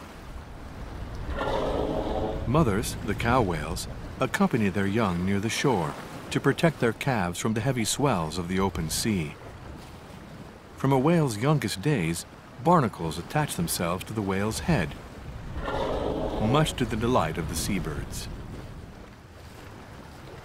The untamed coasts of southwestern Africa are home to a unique variety of wildlife. Whether in the ocean or on dry land, animals find their sustenance. And even if the coastal climate is stormy, what could be more comforting than a sunset over the ocean? But inland, there are rumors of a dragon roaming over the mountains.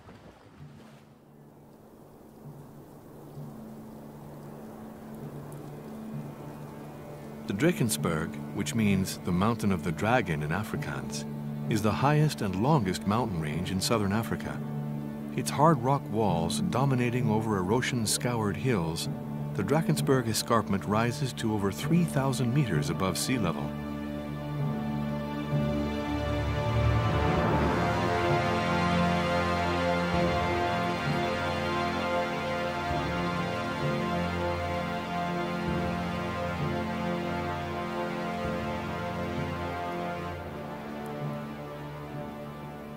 Sculpted by winds, eroded by rains, for 20 million years these steep slopes have resisted the attacks of the trade winds of the Indian Ocean. The soft rock scree at the foot of the cliffs is covered with grasslands, green in summer, yellow in winter. This is a remote area, and the rugged terrain keeps large animals away, so birdsong is the only sound in the cliffs.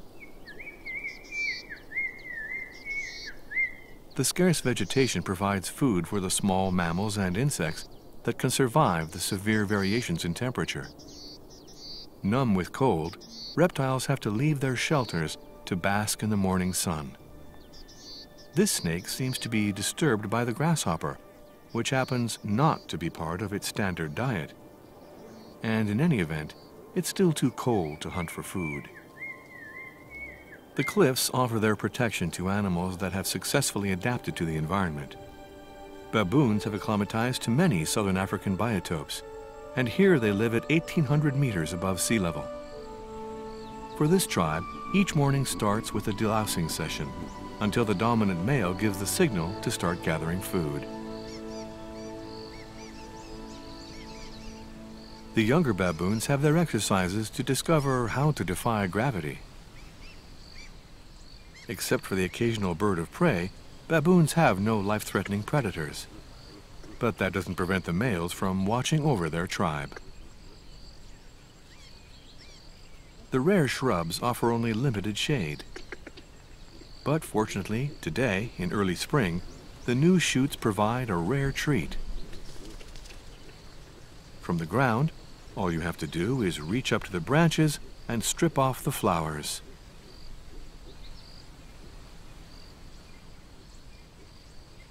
But the real gourmets prefer to climb the tree to make sure they leave nothing behind. Practice makes perfect, and the young baboons clamber over everything. But for travel, there's nothing better than hopping on to the back of an adult. Young baboons soon learn they have to work on improving their balance. At midday, under the hot sun, the sentries are beginning to show signs of fatigue. The tribe chooses to have its siesta in the shade, hardly troubled by the antics of the youngsters.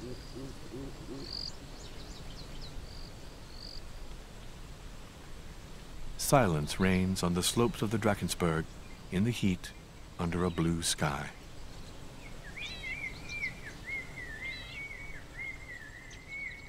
Numerous canyons cut into these desolate high plateaus, and here, sheltered from storms, the trees of the Drakensberg have found a place to grow.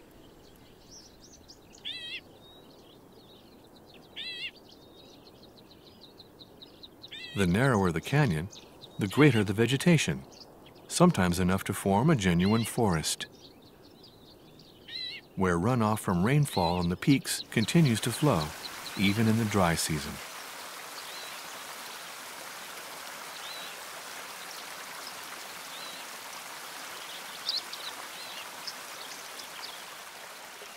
Rivers running through the canyons maintain moisture in the air.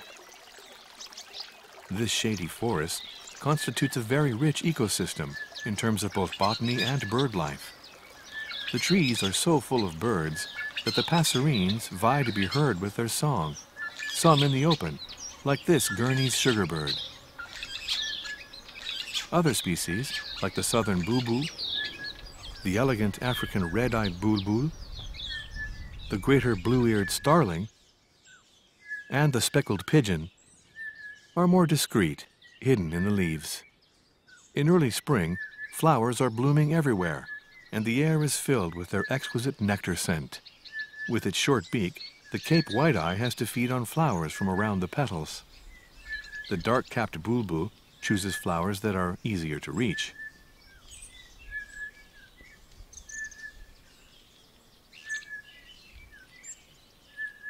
But the all-around champion is the malachite sunbird, whose long, narrow beak isn't only used for singing. He alone can reach the heart of flowers without damaging the petals.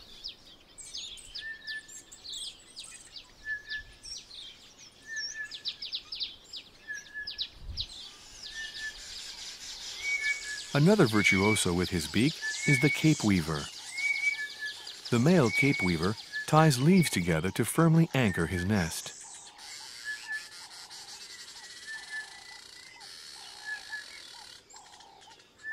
After applying the finishing touches, the male waits for a female to inspect his work. This female seems to be interested. It's a sure sign of successful courtship. All told, nearly 250 species of birds gather pollen from the flowers of the Drakensberg. Leaving the deep canyon, the river flows through a broader, less wooded valley. The passerines have to be careful in this open land. These scattered shrubs offer little protection from the sharp, steely gaze of the birds of prey. Fortunately for them, the master of this domain is a carrion bird with no interest in the passerines. The bearded vulture is content to scavenge for bones and then break them up by dropping them on the stone below. But barely after dropping one, other carrion birds approach. The white-necked ravens are physiologically unable to digest bones. They're after the marrow and tendons. The bearded vulture has no intention of being robbed. Spreading his wings to their full span of over 2.5 meters, he tries to shoo them away.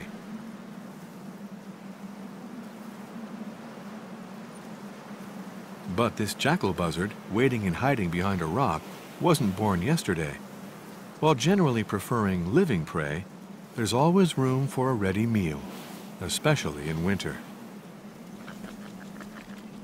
Vultures fly mainly by floating in ascending currents and are far less agile than ravens. Outnumbered and disinclined to fight, the vulture tries to scare off the ravens by flying in broad circles above the cliff. But this carries him far away and leaves the others time enough to help themselves.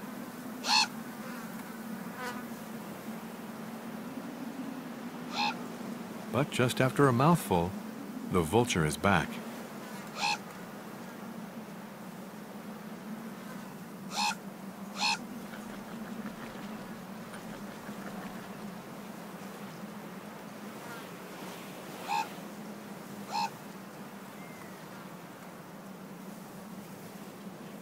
Finally, the most persistent raven adopts the same strategy as the buzzard, taking advantage of the diversion caused by the other ravens to steal the vulture's meal.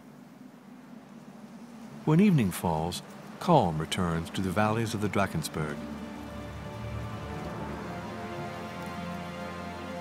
The cliffs gradually vanish in the fog and temperatures drop.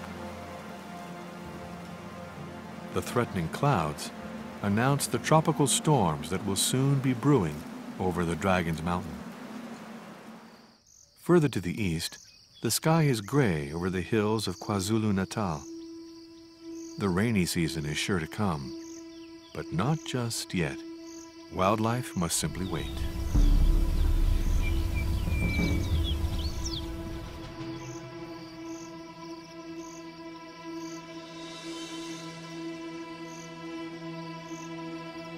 At the start of the southern spring, the only trees with green leaves are the ones that manage to sink roots into groundwater.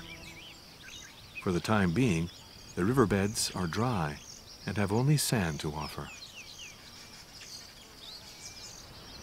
At 500 meters above sea level, the wind off the ocean brings a bit of humidity.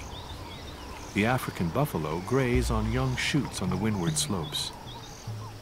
Despite weighing 800 kilograms, and despite the male's horns that form a continuous boss over their heads, buffalo are naturally cautious and are alerted by the least scent in the air, especially when it's the scent of a big cat. But this lioness is a bit too far from her sisters to hunt, and she's not in immediate danger. During the day, she'd rather rest while enjoying a good view of the surroundings. The buffalo know there's little risk so long as they stay together. In fact, it's the lioness who's better off staying in her tree for the time being. A family of impalas take comfort from the reassuring presence of the buffalo, but remains on alert. Given the circumstances, the big cat would prefer to continue her peaceful nap. Her only real problem is finding a comfortable position.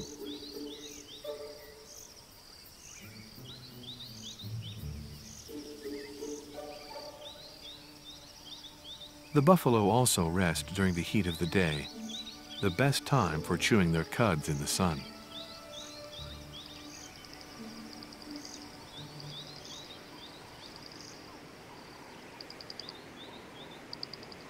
Not far away, 4 young lions are also recuperating. One may have been butted by a buffalo because one side of his head is severely bruised. Whoever said that life was easy for the king of the savannah? It's true that most of the time the males let the females do the hunting, especially because the females run faster. These young males are probably nomadic lions, in other words, lions kicked out of their birth pride by a dominant male, and now seeking a new territory where they can meet females. This means they must feed themselves, which is even harder because they lack experience. Tonight they will hunt, but for now they are resting in the sun. At the very worst, they'll be able to feed on carcasses stolen from weaker predators. Finally, in the heat of the day, the only creatures stirring are this couple of dung beetles.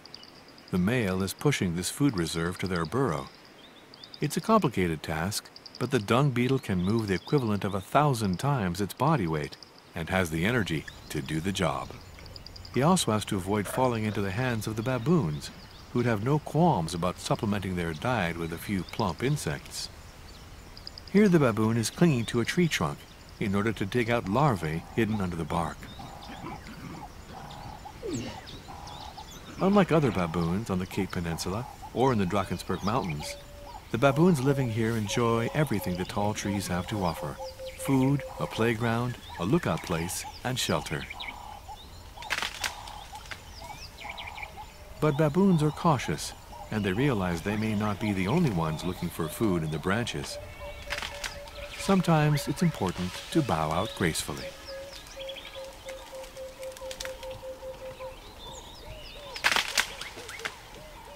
These southern African bush elephants have an easier time finding food than the elephants in Namibia, but they don't have the vast marshlands of the Okavango Delta for bathing, They have to make do with dust baths, or mud baths, if the weather allows.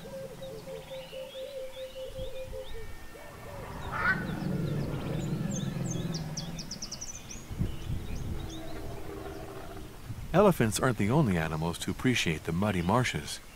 Rhinos use them to remove their parasites and to cool down. So long as they're not pushed out.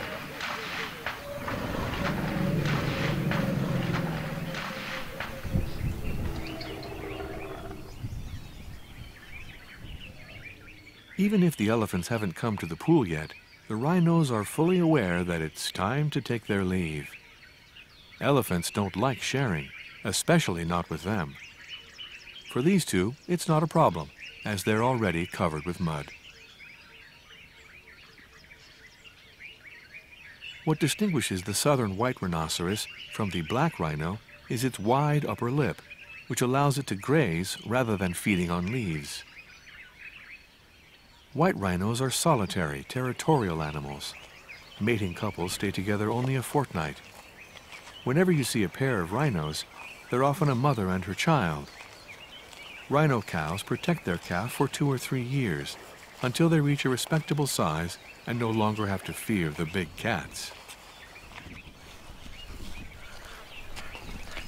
This young rhino is an only child, and shy. He's a little surprised to meet a slightly older rhino, and soon runs back to his mother.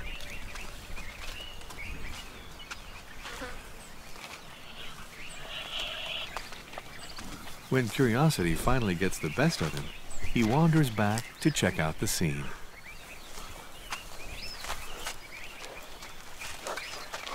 But ultimately, he's still a little young to socialize.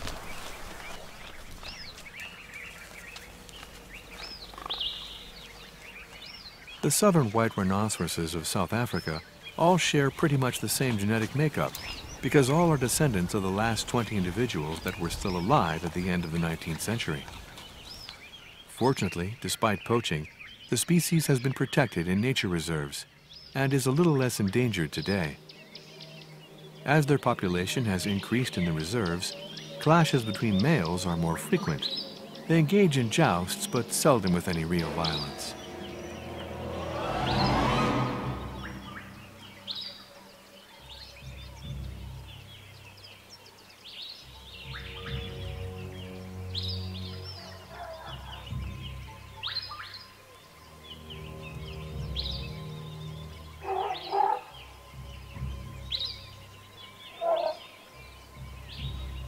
Logically enough, the smaller male with the shorter horn admits defeat.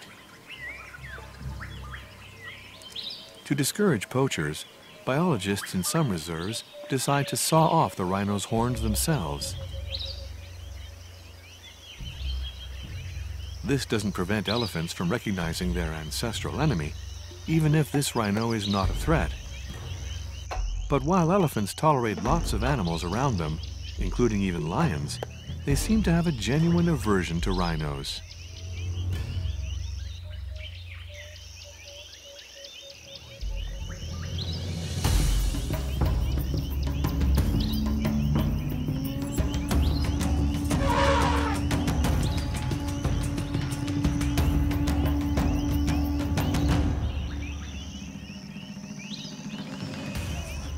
When young male elephants are in rut, they can be aggressive, to the point of killing rhinos that happen to be drinking at the same waterhole.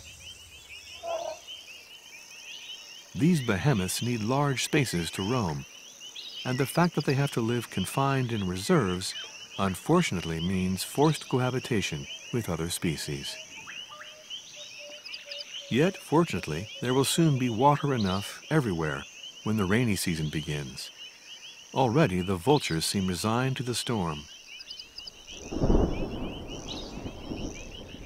On the other hand, the African harrier hawk and the trumpeter hornbill appear to fear the storms, which can be extremely fierce in these tropical regions.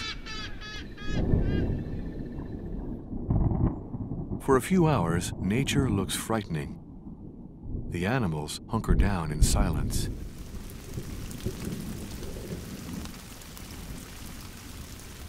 Now it's time for the earth to drink.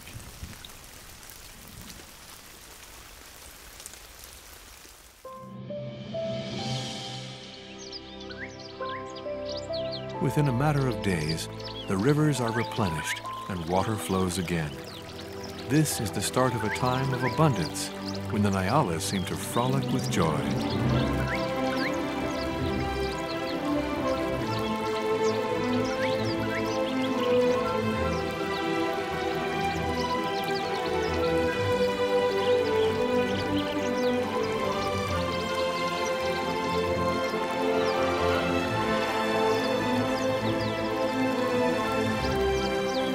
While these beautiful antelopes drink, the river flows eastward to the Indian Ocean.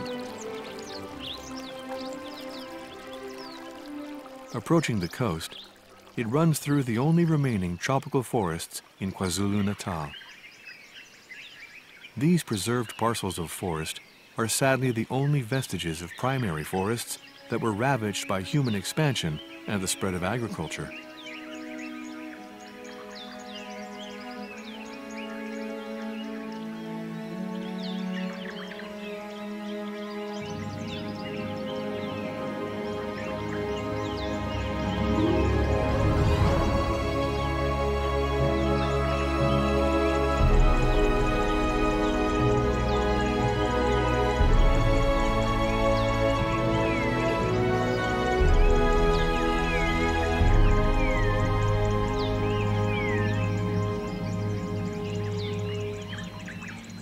It's at the very top of these tall trees, in the canopy, that flowers and fruit grow, attracting the many birds that come to warm themselves in the morning sun, like these white-eared barbets. The purple-crested turaco is looking for the fruits that make up its entire diet. Below, the lilac-breasted roller is waiting for the heat to bring out insects and hoping to get them before the little bee-eater. And this bird is just hungry for recognition. The dark-capped bulbul wants to be heard in this avian symphony. The forest is alive with bird song, but barely a few kilometers away, what we hear is the deep roar of the sea as the trade winds drive the litany of waves.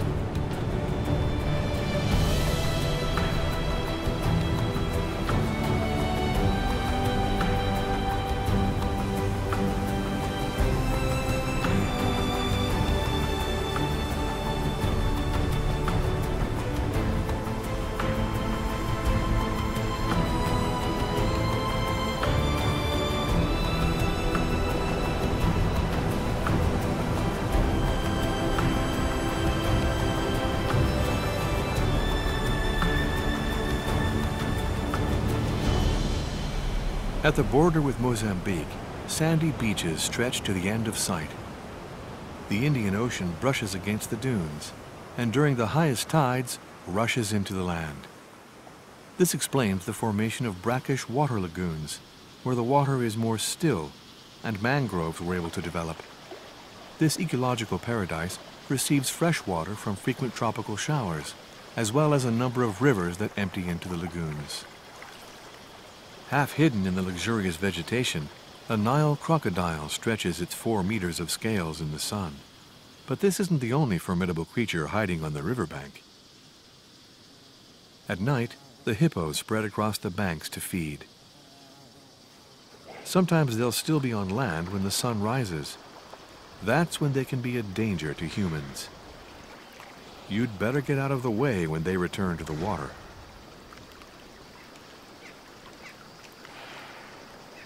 The dominant male is guarding his harem and watches carefully over the territory. After making sure all his females are together, he can join them.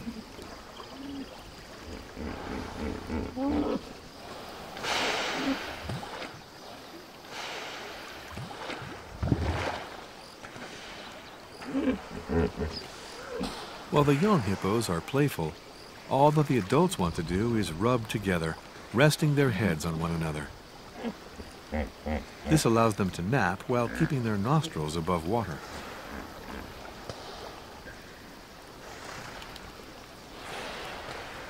The estuaries also attract birds that eat fish, larvae, and mollusks. The gray heron, the pink-backed pelican, the African spoonbill, and the yellow-billed stork have no qualms about feeding next to the crocodiles. The dunes afford the inland areas some protection from the sea spray, but the trade winds are so strong at times that even the lagoons are swept by violent gusts. The weather can change dramatically.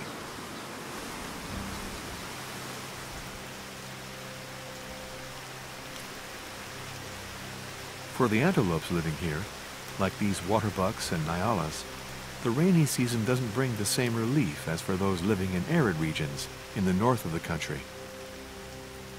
As tropical showers are hardly pleasant, the best way of dealing with them is to ruminate in peace until the worst is over. The rhinos also wait for the storm to blow over. The only creature that continues its activity despite the weather is used to living in the wetlands. The woolly-necked stork takes advantage of the opportunity to hunt for frogs and small reptiles. But when its plumage is too wet, even this stork gives up, just like the crested barbet, which knows it won't find any insects under these conditions. Riverbank birds with waterproof plumage, like this pair of pied kingfishers or this snowy egret, are hardly bothered by mild rains. In wooded areas, mammals take shelter under the leaves. The vervet monkeys, usually so energetic, are forced to wait for the shower to end. They keep looking up at the sky, as if to implore for the sun to return. Fortunately, some trees have enough to keep them busy.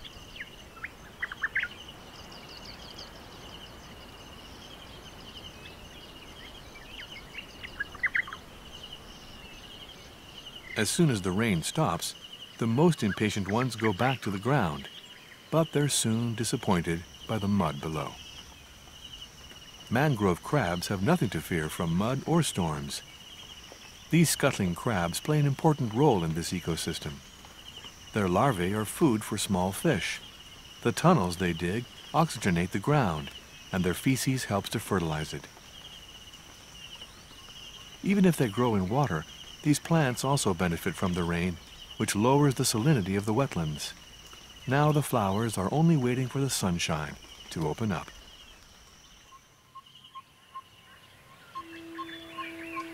And with the first rays of the sun, the sounds of nature fill the air again. The entire lagoon springs to life. This young South African giraffe has a great future ahead, provided he gets the nutrients he needs to grow quickly.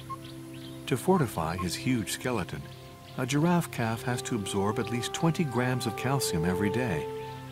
This sedimentary soil provides the minerals he needs, even if it's not terribly pleasant to gather or to swallow.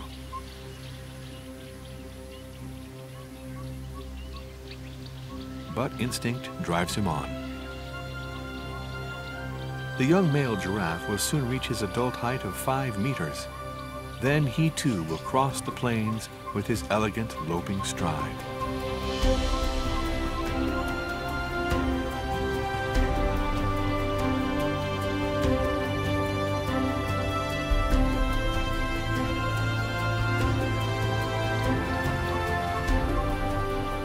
Giraffes live in groups and prefer to roam through open areas. This makes it easier for them to spot lions, if any dared to attack them, and also to observe one another. Each mother keeps watch over her young. They only bear one calf at a time, while the males keep an eye on the females they could mate with. At frequent intervals, the dominant male sniffs the female to identify when she comes into estrus. He curls up his lips as a signal to keep other males at bay. When they live in a nature reserve, as is often the case in southern Africa, giraffes lead a peaceful life. Here their population is stable, whereas across Africa as a whole, the number of giraffes has fallen by 40% over the past 30 years. Soon, will zebras be the only animals grazing on the savanna? When the sun sets over the lagoon, the amphibians waken.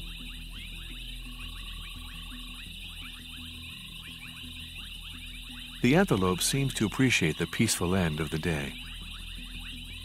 The setting sun brings a reminder that every day could be the last day. Tomorrow, they will have to survive another day, finding food, finding water, finding companions and a mate, getting rid of parasites, escaping from predators, and so on. At the end of the day, that's not an impossible task for wildlife, as they're used to making do with the generosity and whims of nature. Animals rely on instinct, experience, and possibly also a bit of luck. When evening comes, these creatures need to rest, to appreciate the habitat with which they're so intimately involved. Each park and animal reserve is a haven of peace, preserved from the turmoil of the world. A universe where each ecosystem contributes to the richness of nature and where wildlife deserves to preserve its place. In exchange for this, even the most powerful creatures demand nothing in return. Nothing except respect for their tranquility, their right to keep living on a planet now confiscated by humankind.